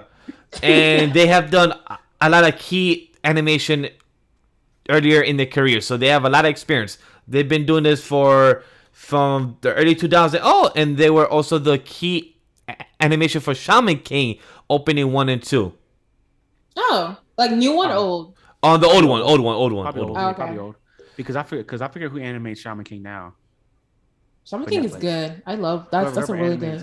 For those that are fans, for the current Shaman King new episode batch drops May 26th. So this is also a news, I guess, for anybody that's been waiting, like myself. That has been waiting since episode 38. The new batch. I think it's the last batch. I think it's the last core. Yeah, no, it's the last batch, and then they're going into a sequel series. Yes, which I did not know. I did not know they had a sequel type of thing in the original series. That was always the push. The push was to get it out and put the sequel series out, but they didn't have the justification for the sequel series, which they do now. Proof of concept is out there. I got my Shaman sister. King. I got my sister into watching it. She loves Shaman King, so that was dope. that was smart. Can anyone confirm what Nick just said? Nick said that the Dear Automata anime. Yeah, it's coming. No. I know it's coming, but he said that A1 Pictures is doing it, or Studio A1 is A1 Pictures. I'm guessing. So. I haven't heard that. If it's A1 Pictures, then I'm definitely fucking watching. I'll let you know in 2 seconds, and then I see that chat until now because I only have 3 windows. So because I like I like the game Near, but A1 Pictures is just from what I see from Annalist and Mal, they don't have a studio attached yet. They only have the producers attached, which is Square Enix and plus Animeplex. But Animeplex uses Nick is confident that Animeplex uses A1 Pictures for most of correct. That's what I was going to bring up. Animeplex uses confident. A1 a lot, so that could be the case because Animeplex and A1. I think Animeplex does own A1, so maybe it could be true. I don't know what's it with the SAO movie in the fall. Okay, yeah, I mean that frees them up. They'll be all right because we're not getting another SAO content after that for a while. They said because A1 Pictures has said we're animating all of SAO, which I love because I'm a whore for SAO. So all right. So that is the news for Cyberpunk, and Ray does bring a good point that he hopes that anime is much better than the game. It will be. I'm 100% confident it will be. That's very true. I haven't played any of the games yet. I haven't played the game yet, but I'm very excited for this anime because I love it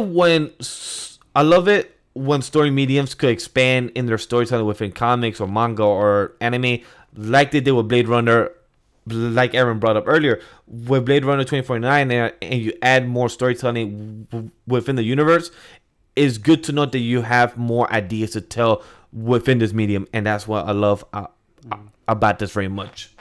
Oh, there's actually one news on here I don't think you need to talk about. That we do or we don't?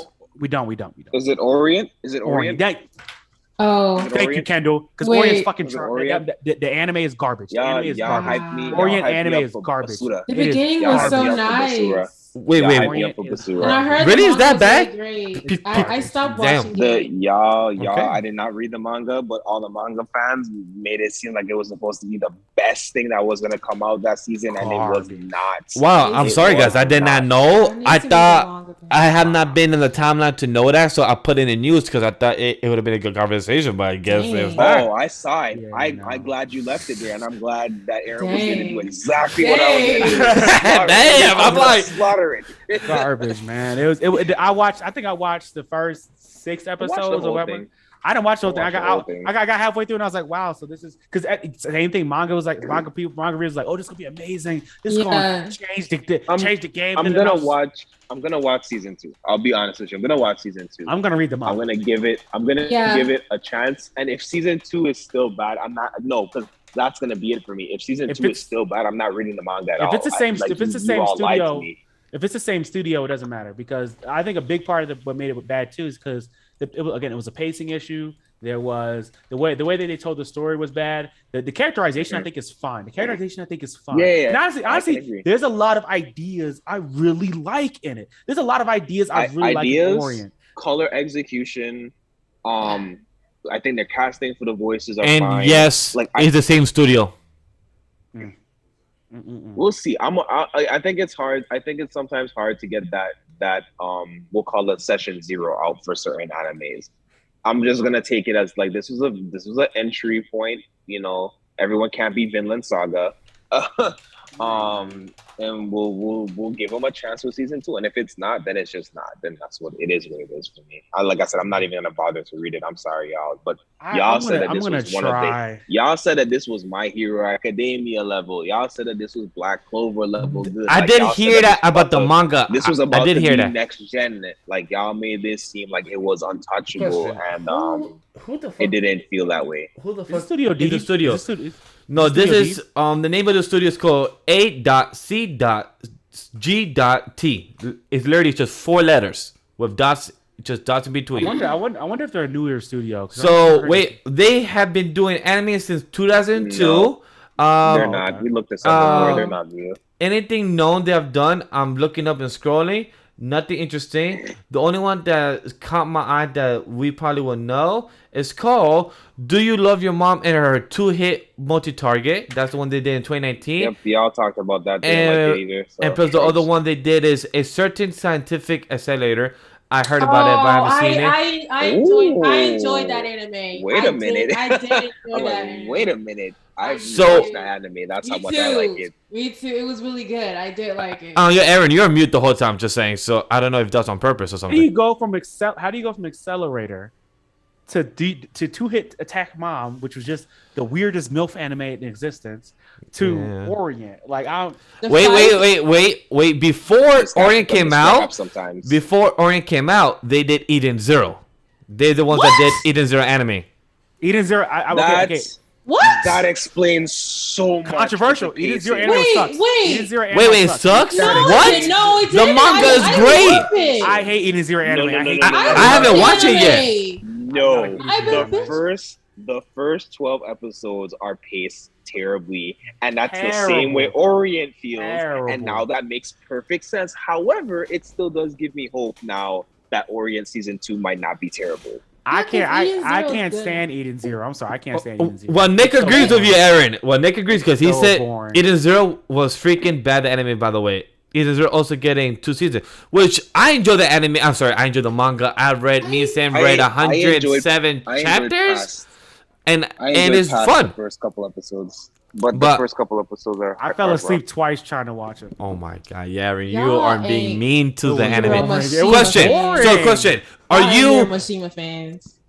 are I you like saying Fairy that Tail because of what you felt like a sour mouth because of Fairy Tail? No, Because I of don't Fairy just like Fairy Tail. A lot of people hate Fairy Tail. I think Fairy Tail is fun. Do I think it's like Revolution? No, I think I stopped watching Fairy Tail after the first time skip. I think, or where first time After skip, the and dragons. Yeah, yeah, it went. That's on about the right. island. Yeah, and I was like, oh, so basically, Mishima just doesn't ever want people to grow. Like, if people are the same, no matter what time period, no matter what's going on, they're always going to be the same people. And that's when I stopped watching because I realized nothing's ever going to change. I When would we went- say if you didn't enjoy the anime of Eden Zero, if you have any type of incline of interest of what you saw of Eden Zero and you want to see it much better done or something, I haven't watched the anime, so I cannot put too much sense on it. But maybe try the manga because I enjoy the manga a lot. I feel like this is a much better work of his. Since Fairy Tail, I really had a great time with chapter 1 through 107. I did not stop because I was bored. I just stopped because of my own time. But I do plan to catch up because I've been here. It gets a lot better and better with the story progression. I also think, Yeah, I think the the main animation character. doesn't fit it too. Go ahead, Okay, that could be the case too. Because at first I heard that the anime style was not that great. I wish the studio that did Fairy Tail was the one that was doing it in Zero because I feel like if y'all know They Hiromashama's work. It's again, to me, it's more so the pacing. Like it's a lot more about the way things are spread out and how much is captured in certain episodes. There's definitely episodes that did not need to be as long as they were for me in certain episodes of Eden Zero. And I think that they just have to do a better job of production and direction of like, how are you? We're not MAPPA. Okay, what are we trying to execute? What are we trying to do? Where's the highlights of what this is? Okay, where's a good fight gonna be? When do I stop and start certain episodes? That's all they need to be better about as they transition into season 2. But it's still, the content is amazing. The content for Eden Zero is good.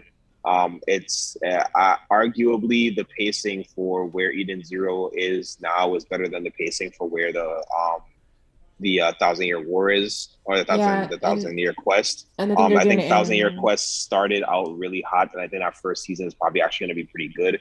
I seldom to see them having a really strong second season. However, I think the opposite can be said for Eden Zero.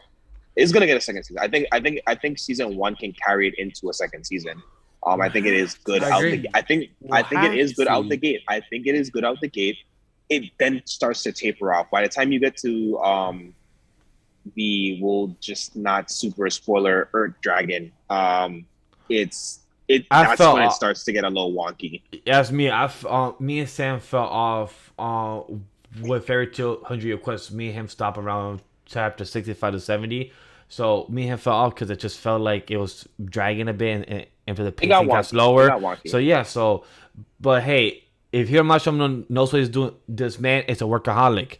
I don't know if this man got kids or something, but this man literally plays video games, does stories for video games, does like a whole spin-off of series, and then this man has a lot of projects. If this man enjoys what he does, Look, I praise to you. At this point, they could have just remastered Raid Masters for me. No disrespect.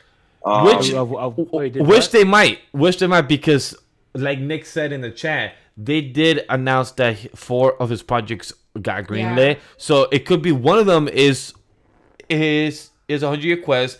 Another one could be Raid Master being a reboot. Is my guess because I think the first Raid Master came out like in the early 2000s, so he has time. It came out when we were transitioning and migrating anime into mainstream culture, and it was on Sci-Fi, which a lot of people to this day didn't know that Sci-Fi showed anime. So it would be good for it to get remastered and reproduced. Ooh, perfect timing. The first original Raid Master came out in 2001, the anime. Look at it. You have 20 years later. Look at that. That's a perfect opportunity for a nice reboot. That's all I gotta say is Eden Zero reminded me of all the things I don't like about Fairy Tail. I don't know what to say right now. I don't know what to say. Like, it's not perfect. It's not, but no, because like, look, man, like I was binging Eden Zero, and like it had its moments where I'm like, dang, but I think I kept watching because I really loved Shiggy. I really loved how this a different like energy he brought to the group. Very different from Natsu, but still very knuckleheadish. But like just like his aspirations, right? He wants to explore the world, and I think that's why Mishima was doing the most with certain places that they went, because I guess he wanted to put Shiggy to experience different quirky things, and it is like Mishima, he does do a lot. So I can get in the whole like YouTuber thing, I get that. But I think that's what makes like his things like, I guess, cool, because like just different characters, different really weird characters, put situations are put in. And the edgy content. Yeah. After a while, I get over that cheatiness of Mishima stuff, because it's like, what are you gonna do? Like that's what he masters in. As long as it's not done like ridiculous, where it's like, all right, chill out. Like it's done to where it's like, okay. And I do like the outfits throughout all of his stuff. Like he know how to style. Like I love the outfits that he draws for every other. Yeah. But I love the outfits. I love the weapon designs too, honestly, as well in this series. Yes. I will say this, however, Natsu is to Goku what Shigi is to Naruto. Yeah. So I love Natsu. I love Natsu too, but there's nothing wrong. There's nothing wrong with them, but I'm talking about like the depth of like Goku's depth doesn't go any further than what you know Goku to be. And much like I said, Shigi is to Naruto, where it's like Naruto's dense, but like there's this progression over the story and experiences kind of built a character. Shigi's kind of that same way, where like he's kind of dense, but he does mature and grow because there's a bigger vision there that's kind of in place, and there's higher expectations basically for Natsu just is like, wait, you did this, I'm gonna do it too, and it's just like, Natsu, I love you, but what? Natsu said, I do fire, but also I'm gonna eat lightning. Now I do lightning. Literally. Like, I'm gonna copy what you do. Water fire. Water fire. No, literally, bro. I have the power of the water dragon and the fire dragon. Like, God flame, fire dragon, fire dragon. I was really tired. No, literally, bro. Hey man, honestly, low key, Natsu could beat a lot of fire users because he can. Dead ass. He can just absorb it. He just eat all the fire. He eat all the fire and then hits him back with like 10 times the power of the fire. Literally. Like it's honestly a cheat code. High key. I mean, Natsu is a cheat code. He's broken as hell. He's a whole cheat code. But I can't eat his flames. 10 seconds later, oh wow, they're kind of tasty. Like, or it's nasty. Like with ether, we ate the ether. So this kind of nasty, but he's overpowered as hell. Like, but the God Flame is the funniest one though. But continue. You know what is a nice type of spinoff that you could also do? A Rick and Morty anime spinoff. Anybody excited for that? And while you're talking about that, since I haven't watched the show, I'm gonna use the bathroom. It. And what's the spin? I haven't heard about this. This is the first time hearing about this one. I'm not really I'm not really excited about this. Adult Swim announced this and another new anime that they're doing. Mhm. It looks a little more like era based, I think, but So I this don't know. this is it's going to be director from Tower of God. Yeah. All right, Tower of God anime was good. The Nin- director was not the problem with Tower of God, so I'm Nin- okay with that. Ninja Kamu. That's what it's called. Tower of God was just paced too quickly, but Yeah. but I still think it deserved another season. That's all I'm saying. But anyway, Oh, it's gonna get it eventually. It might not be hopefully. Crunchyroll though. Yeah, I know. If it just got one more and just slowed it down just a little bit, I think it would be a hit. I think it was still really good though. It was like the best that season. But anyway, Sound of Privacy, directed. Oh, then I'm sorry. Sorry. I got it. No, I was gonna because like I said, Adult Swim announced the Rick and Morty anime, but they also announced the Ninja Kamu anime, and the Jujutsu Kaisen director is directing it, and I'm more excited about that one. But he also did God of High School, so it could be either way. Yeah, it could be. Yeah. It's a toss up. You got a 50-50 chance. 50-50 chance of being good. It's hard to say because I can see so easily how Rick and Morty could be easily translated into anime and be given like some more direction. But also it's already what it is. Yeah. Like imagine if someone was like, well, we're coming out with a Boondocks anime. I'd be like, what Boondocks is an anime. But yeah, a little, yeah. It's like you're really pushing the lines of what the content really is. But I think there's room for something goofy like that to be animated and given maybe some more, like I said, maybe some more plot direction. But I don't see the reason for it. Like, what are you doing with it? Yeah, is it going to be the same cast? Yeah, is it the same cast? Like, what's going on there? My question is, I need more information. My question is this. My question. My thing is this. It could literally be anything under the sun because it's Rick and Morty. No one can guess what the story is. Like you could put that, they could honestly just put a randomized generator in and create shit, and now it would be Rick. It would still be Rick and Morty somehow related. Like I don't. But that's the thing, right? Rick and Morty, Rick monologues a lot. So imagine having to like, I don't know if I want to. Well, I think the people have Rick and Morty, I think do a great job, but remember, it's a spinoff, so it might not even be about Rick and Morty. Yeah, that's the question. Is it even about Rick and Morty at all? It's Pickle Rick. It could literally be about anything. Like it could be about another planet, another universe that somehow was in the Rick and Morty multiverse. It could be about literally anything. It could be a force that's trying to go back and correct all the different like time fractures that Rick and Morty has created.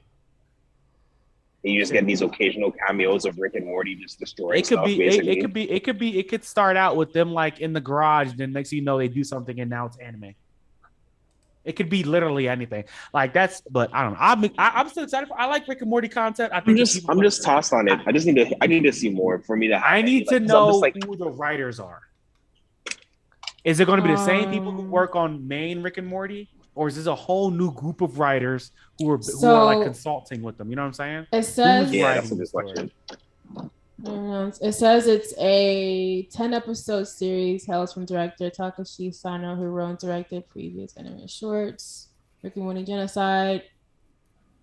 Current production on both adults and HBO. If it's going to be like the shorts, it'll be interesting. I'm guessing. Yeah. I think the best way to do any Rick and Morty show is an anthology series. So we'll see what happens.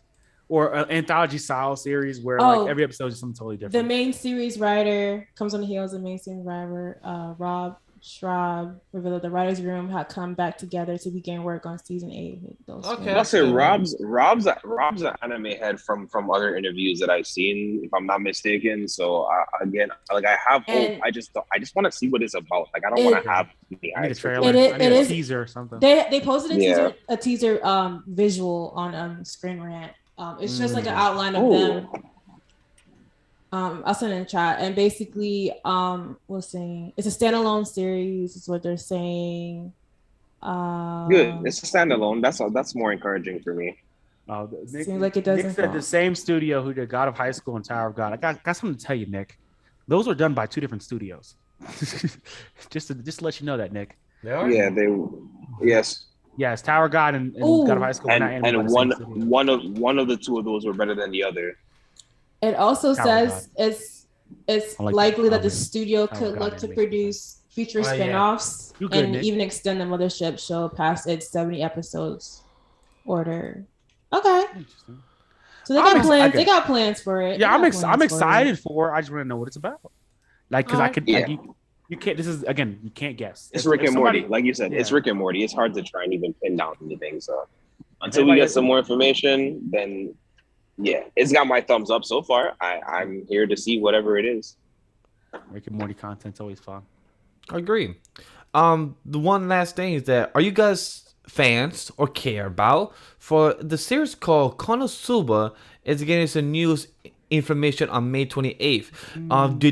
Do you think another movie or do you think another new season? Because I don't know much about Konosuba. I know Ray has told me that I should watch it, and he told me I would enjoy it, but I haven't had the chance to check it out. So anybody fans here of Konosuba and would like to see what Japan has been doing with every single type of series getting some type of movie now. So do you think Konosuba might be getting a movie as well, or do you think a new season? What are you guys looking forward for? I think it's a season, and I think that it is disgustingly your type of anime. Actually, It is a long overdue season. A long overdue season that we've been waiting for Konosuba. How long ago was the last season? Like 4 years ago. Let's Konosuba check it out. is so 4 years. yeah. Konosuba has been so popular, even though the Konosuba movie wasn't that good. Konosuba has been so popular over the time. Oh, actually, no. Yeah, it wasn't that good. The movie wasn't that good. The movie was- So the last content of Konosuba was 2019 and it was a movie.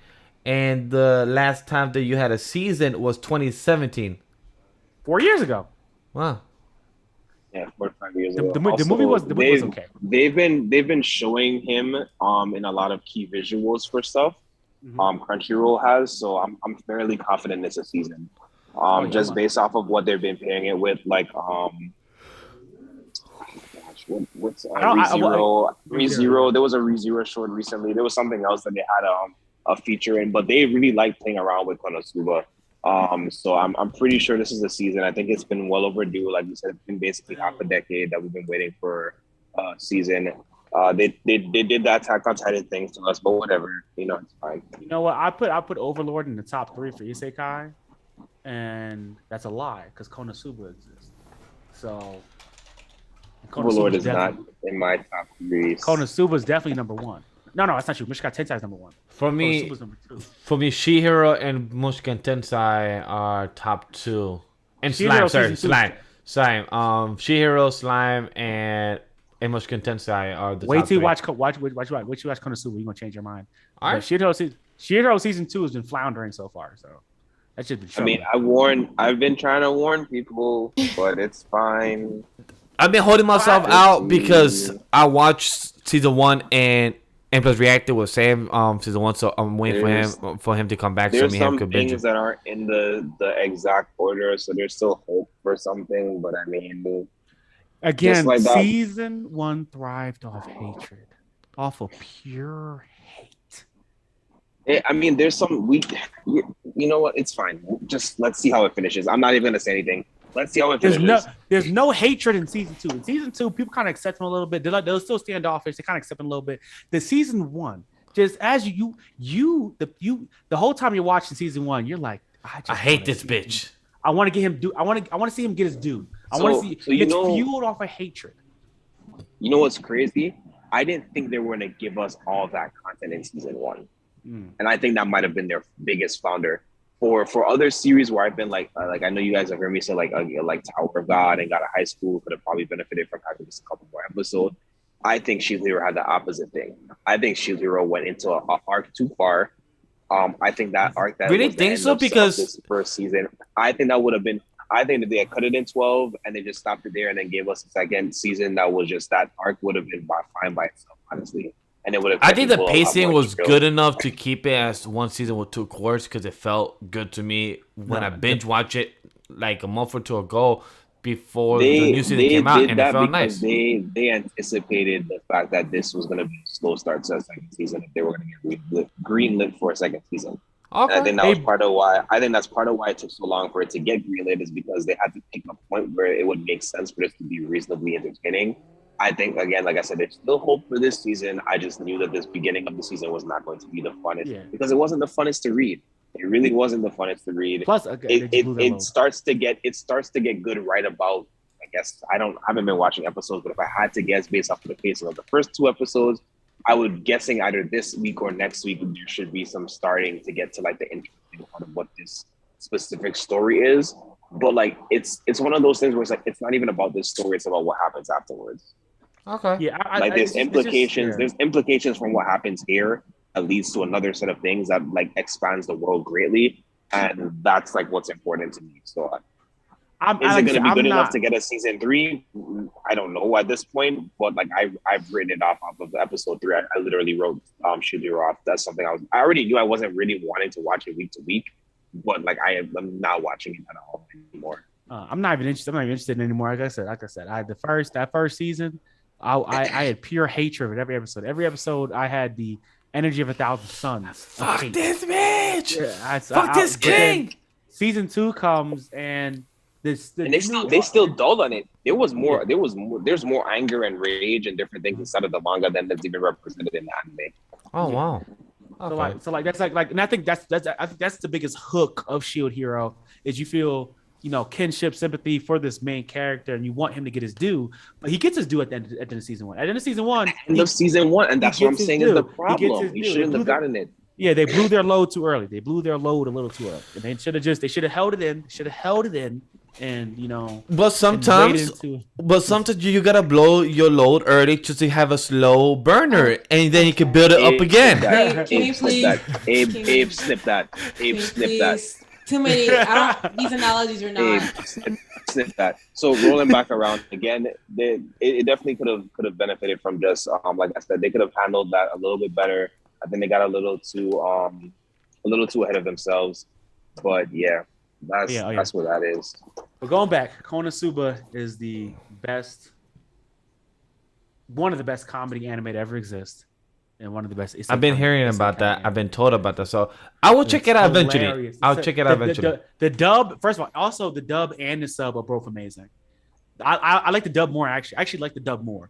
But the dub and the sub are both amazing. He's equally funny in dub and sub. I don't even know how to justify you watching one or the other. Really now? That's some high praise. I enjoy watching the dub, but it's also just equally funny in sub. It hits in all I've rewatched Konosuba twice in dub, twice in sub. That's my comfort. That's one of my comfort anime. Konosuba is one of my comfort. You want to know how I started watching Konosuba? What's up? I was like, so when I had first started my job 5-6 years ago, so it was like my second year on the job, basically, when it had just came out, and for whatever reason, while it was coming out week to week, they used to release it on YouTube. YouTube is like the only thing that I can watch while like I'm on work. It's like something I can watch on the screen or play music on while I'm at work. So like I would just have it open on one screen while I'm working and checking my emails on the other. And then I just got super enthralled by the series while watching it. But it's a good series. Again, Vash, it's your type of series. When you watch it, you're gonna know exactly what everyone's been telling you. It's definitely your type of series. And it's weird because they handle their own tropes in their own way. That's and good. when you watch Konosuba, you're going to see how a lot of other series have picked and stolen tropes from Konosuba as they've been trying to replicate whole entire plot line. Like they'll literally take a trope and then make it the entire plot line of the series. They've been trying to replicate Konosuba's success for years now. Okay, and they can't do it because you can't beat the best number one. Can't beat the GOAT. Can't do it. You can't be the number one, Ash Ketchum. You can't be it because you keep losing. So what are you talking about? Don't talk about Ash like that. It's a champion. Well, he might be. Yo, I just saw some screenshots of the most recent episode of Pokemon. Don't do it. Don't do it. Yo, that shit looks so. I don't want to hear about it. Yo, that shit looks so good, Lucario, bro. My boy. Don't want to hear about. It's not happening in the US episodes yet. Please don't talk about it. I've seen enough spoilers. He said, "I did not watch Pokemon sub." Who watches Pokemon sub? Yo, that shit looks so good. But I do, but I'm trying to be nice to the fact that it's releasing on Netflix. I'm trying to watch it on Netflix legally. Support it. All right, I appreciate it. So, and you have told me to check it out, so that's very true. It's good. It's good. It's been good. But the last news for us to discuss for the night and the end of the show is for anybody fans of My Hero Academia, the Vigilante spinoff. There's we have talking about a couple spinoffs in this new segment, but Vigilantes will be ending on its last chapter on May 27th with in total of 126 chapters in total. And currently, with this past Friday, the 125th chapter was released on Jump Plus. I believe it's Jump Plus, but on the Visit Shonen Jump website. Does anybody read the Vigilantes? Because I know Ray and our friend, what's his name? Down. I just literally slipped the name out. I put it down because I was hoping that it was gonna get animated after like season 3 of My Hero. Still hasn't got announced. Around time season 3 that was thing. Oh, did you think they'd make more series and not more movies? Oh, you were very bad mistake. Yeah, I was so mistaken. How dare I think that they would turn the successful Vigilantes into an anime instead of the garbage OVAs and movies that they gave us instead. I'm sorry, they were really good movies. I'm sorry, I enjoyed them. I watched them several times. The last one. The last one was okay. The last one was the best one of all of them. I feel like the first one was the best one, bro. I ain't gonna hold you. No. I you know what? We all have different. You know what? Yours rising. You know what? Different. There's different. Let me be practical. There's actually something specifically unique that's really good in each of those movies. Yes, I'll take that. Yeah, that is I'll give that. I'll give that. I think the reason I didn't like the last movie, one. The third movie isn't relevant to the last act, so I don't know what movie that was. That could have just been the last act by itself. The third movie to me, the reason why I don't like it is because the ending is like a redo of the first two endings. Like it ends up just ending the same way everything else kind of ended. Like, oh yeah, just punch him harder, Deku. Like, oh, he's like, I can absorb every punch. And Deku's like, well, what if I just punch you harder? Really, the reality of the third movie is, hey guys, you know what? We heard you guys like Bakugo. wait, no. That's not. No. The real tea is no. We heard y'all kept saying we was hoeing Todoroki. We heard y'all keep saying that, so we gonna stop hoeing them. They didn't. Yo, that's the best part of the third movie. That's very true. Did not hoe Todoroki. They finally gave that man some time to shine. They gave him a real villain. He shines more in the movies than his own series. He got more shine in that movie than he still ever have in a series. Ever had in a series. Jesus Christ. He's currently now getting that shine again. Yeah, right. But overall, with Vigilantes, I am happy that it has an ending, not because I want to end, more as that when the series could rap whenever it wants to rap in storytelling, that is when I'm happy for the series, because not a lot of series could get the opportunity in anime or manga, comic books and such. So I'm very happy that it knows where it's to end. What I'm curious to see is how would this connect to the grander story of the MHA, to the current saga, to the current last arc. So I'm really curious to see if that's going to intertwine with the ending of 126. How would it connect to it? So that's one thing I'm very curious. That does make sense why it's ending, since My Hero's technically ending. Let's forget My Hero Shippuden. Oh no, I think we're. I'm not sure. Hori hasn't said that or announced that.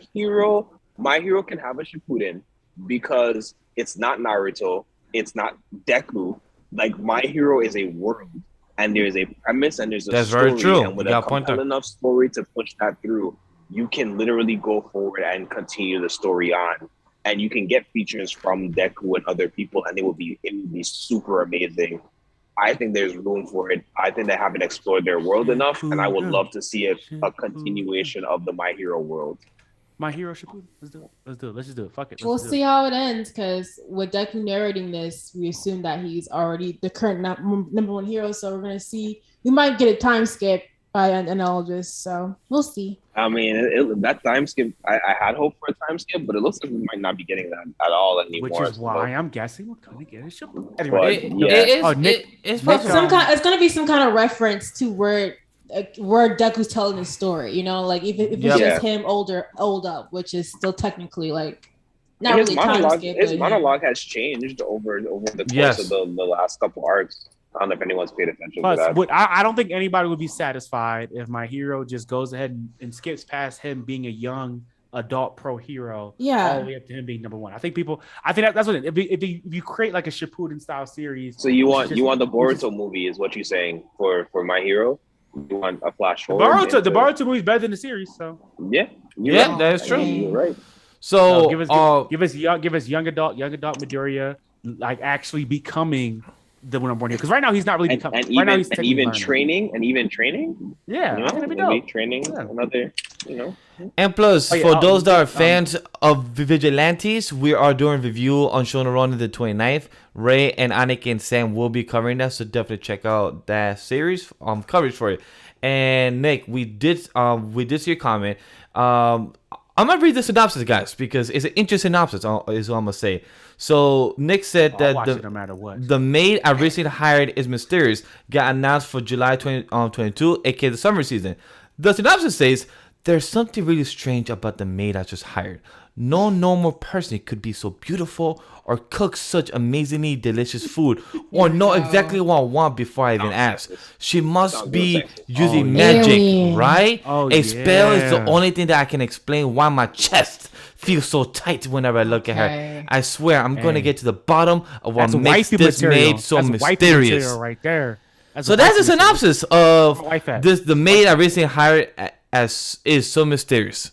How do you guys feel about this exciting summer anime that got announced? Hey man, wifey material, you know what I'm saying? Just call us. You know what they look like, Aaron. I need more Gundam. I need to know what it looks like. So annoying.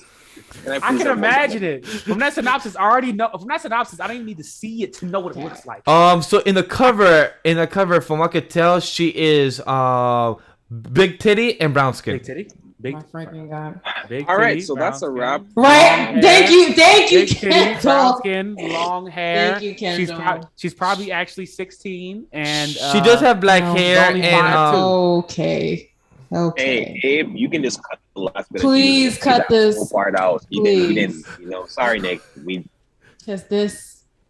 That's what y'all get for having Aaron on. That's what y'all get. And hey, that was all Miguel. What did I do? Aaron and Vaz, both of y'all. I already read our chat. I'm just saying this was a news segment. The last bit of news, you could have said, "Hey, thanks. We could cover that more on the Twitter." But no, you read the synopsis and you was like, "Well, now I really have to read it on live here." You got to see the big titty maid, dog. Oh my gosh. Who doesn't want a big titty maid? I'm sorry, jeez. The mommy milkers. No, brother, this guy stinks. All right, can we? Mommy this guy. I'm a spicy lady, everyone. It was nice seeing everyone. Well, with that being the show, I can't wait for Sam to come back and control the show next week, because this will be a nice way for Sam to be like, so what happened to the last couple of shows? Sam's back next week. Hold up, I'm gonna say right now, I'm about to make an intro just for Sam for when he comes back, because Sam deserves an intro. Yes. Sam deserves an intro. With the Avengers, Doesn't Avengers look, theme music playing in the background. I told Sam in text today. I told him like, look, I could do his intros, but I don't want to take it because one does what people know him as, like the guy that does the intros, you know, in the anime podcast. Doesn't want to host, bro. You a cop, bro. You the ops.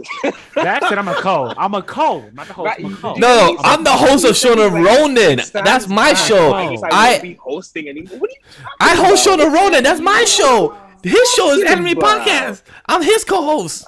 All right, cool. What are we talking about? I'm a co. I'm not a host. I'm a co. He called him an op. I'm crying. You're a co-op. Hey, but you know, Co-op. you know what we got to op out is we got a dick out. So you know, we leaving. Huh?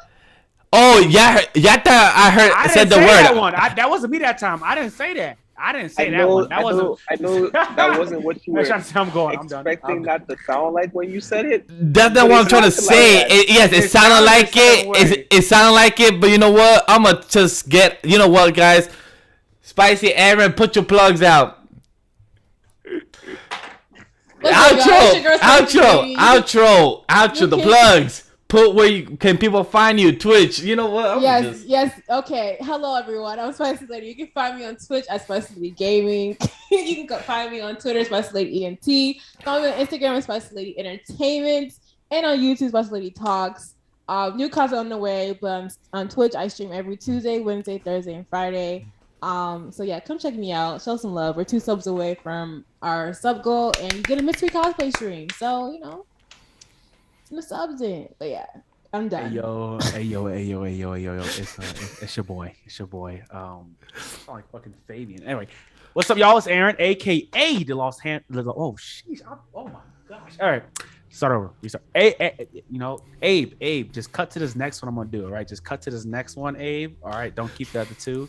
All right. Don't be an asshole, Abe. Anyway, what's up, y'all? It's Aaron, aka the Lost Homie, aka the Anime Anthology from Black Anime. That's BLXXK Anime. One more time, BLXXK Anime. You can find us on Twitter. You can find us on Instagram. You can find us on YouTube, and you can find us on your favorite podcasting site. I'll be talking that shit. I do that, so you can go ahead and check us all out on all those. We actually do have a Twitch. I use it. I don't use it. You know what I mean? It's a mystery. It's a mystery when I'm actually streaming. You know what I'm saying? It be happening sometimes, right? But check us out on Black Anime Gaming, again, BLXXK Anime Gaming. So sometimes do streams with our favorite woman over there, Spicy Lady, and my boy from It Mob, Steve. Again, if me and Steve are streaming, don't go to Steve's stream. He doesn't know what he's doing. Go to mine. All right? And plus, I've been there once or twice too. You said what? And plus, I've been there once or twice too on stream. Well, you didn't play a game with us on Twitch? Yeah, before, like once or twice. I think it was Among Us or something. Oh yeah, that was a long time ago though. You know. You see, a year ago. You see, once or twice. I was there once or twice. About chat. Both sides playing Among Us. So yeah, we be getting down. We have fun. I talk a lot of shit because that's the only thing I know how to do. So yeah, I love being on anime lately. So it's dope. Appreciate it. Hey, Kendall, where can the good people find you? Yo, you can follow me at kendallxanime on Twitter, Instagram, TikTok, and Chat. And the link tree is up in my bios now, so you can just go there. You can catch me on the Content Movement. We got content coming out towards the end of August. And you can also catch me on every Tuesday on my bro Blackheart's Twitch channel, where we do our TFT Community Tuesday. And you guys can find me at Legendary Vash, and where Sam is going to be screaming at me next week, where I felt like literally when I went to the bathroom, I told my girl, like, yo, babe, I felt like I did the best show I've hosted in a couple weeks since Sam is gone. And then the way it ended, I'm like, shit, I don't know now. This may be the best or maybe the most funniest. It could be one or the other. So, like, find me everywhere at Legendary Vash, where I'll go back to hosting my show, Shonorone, every Sunday, and we're saying we could take over and no more craziness will be happening, I hope. So you guys go like, comment, subscribe, check all the links of these beautiful people on the show. Sam, Abe, Ray, James, catch us on C4S this Friday as well, where we're talking about many Star Wars show and also the She-Hulk breakdown and other stuff that we'll be discussing this Friday. So get to it, because Obi-Wan Kenobi will be seeing us next Friday. So stay tuned, guys. We'll see you in the next one. Information down below, y'all. Peace. Information down below. And pancakes and cheese.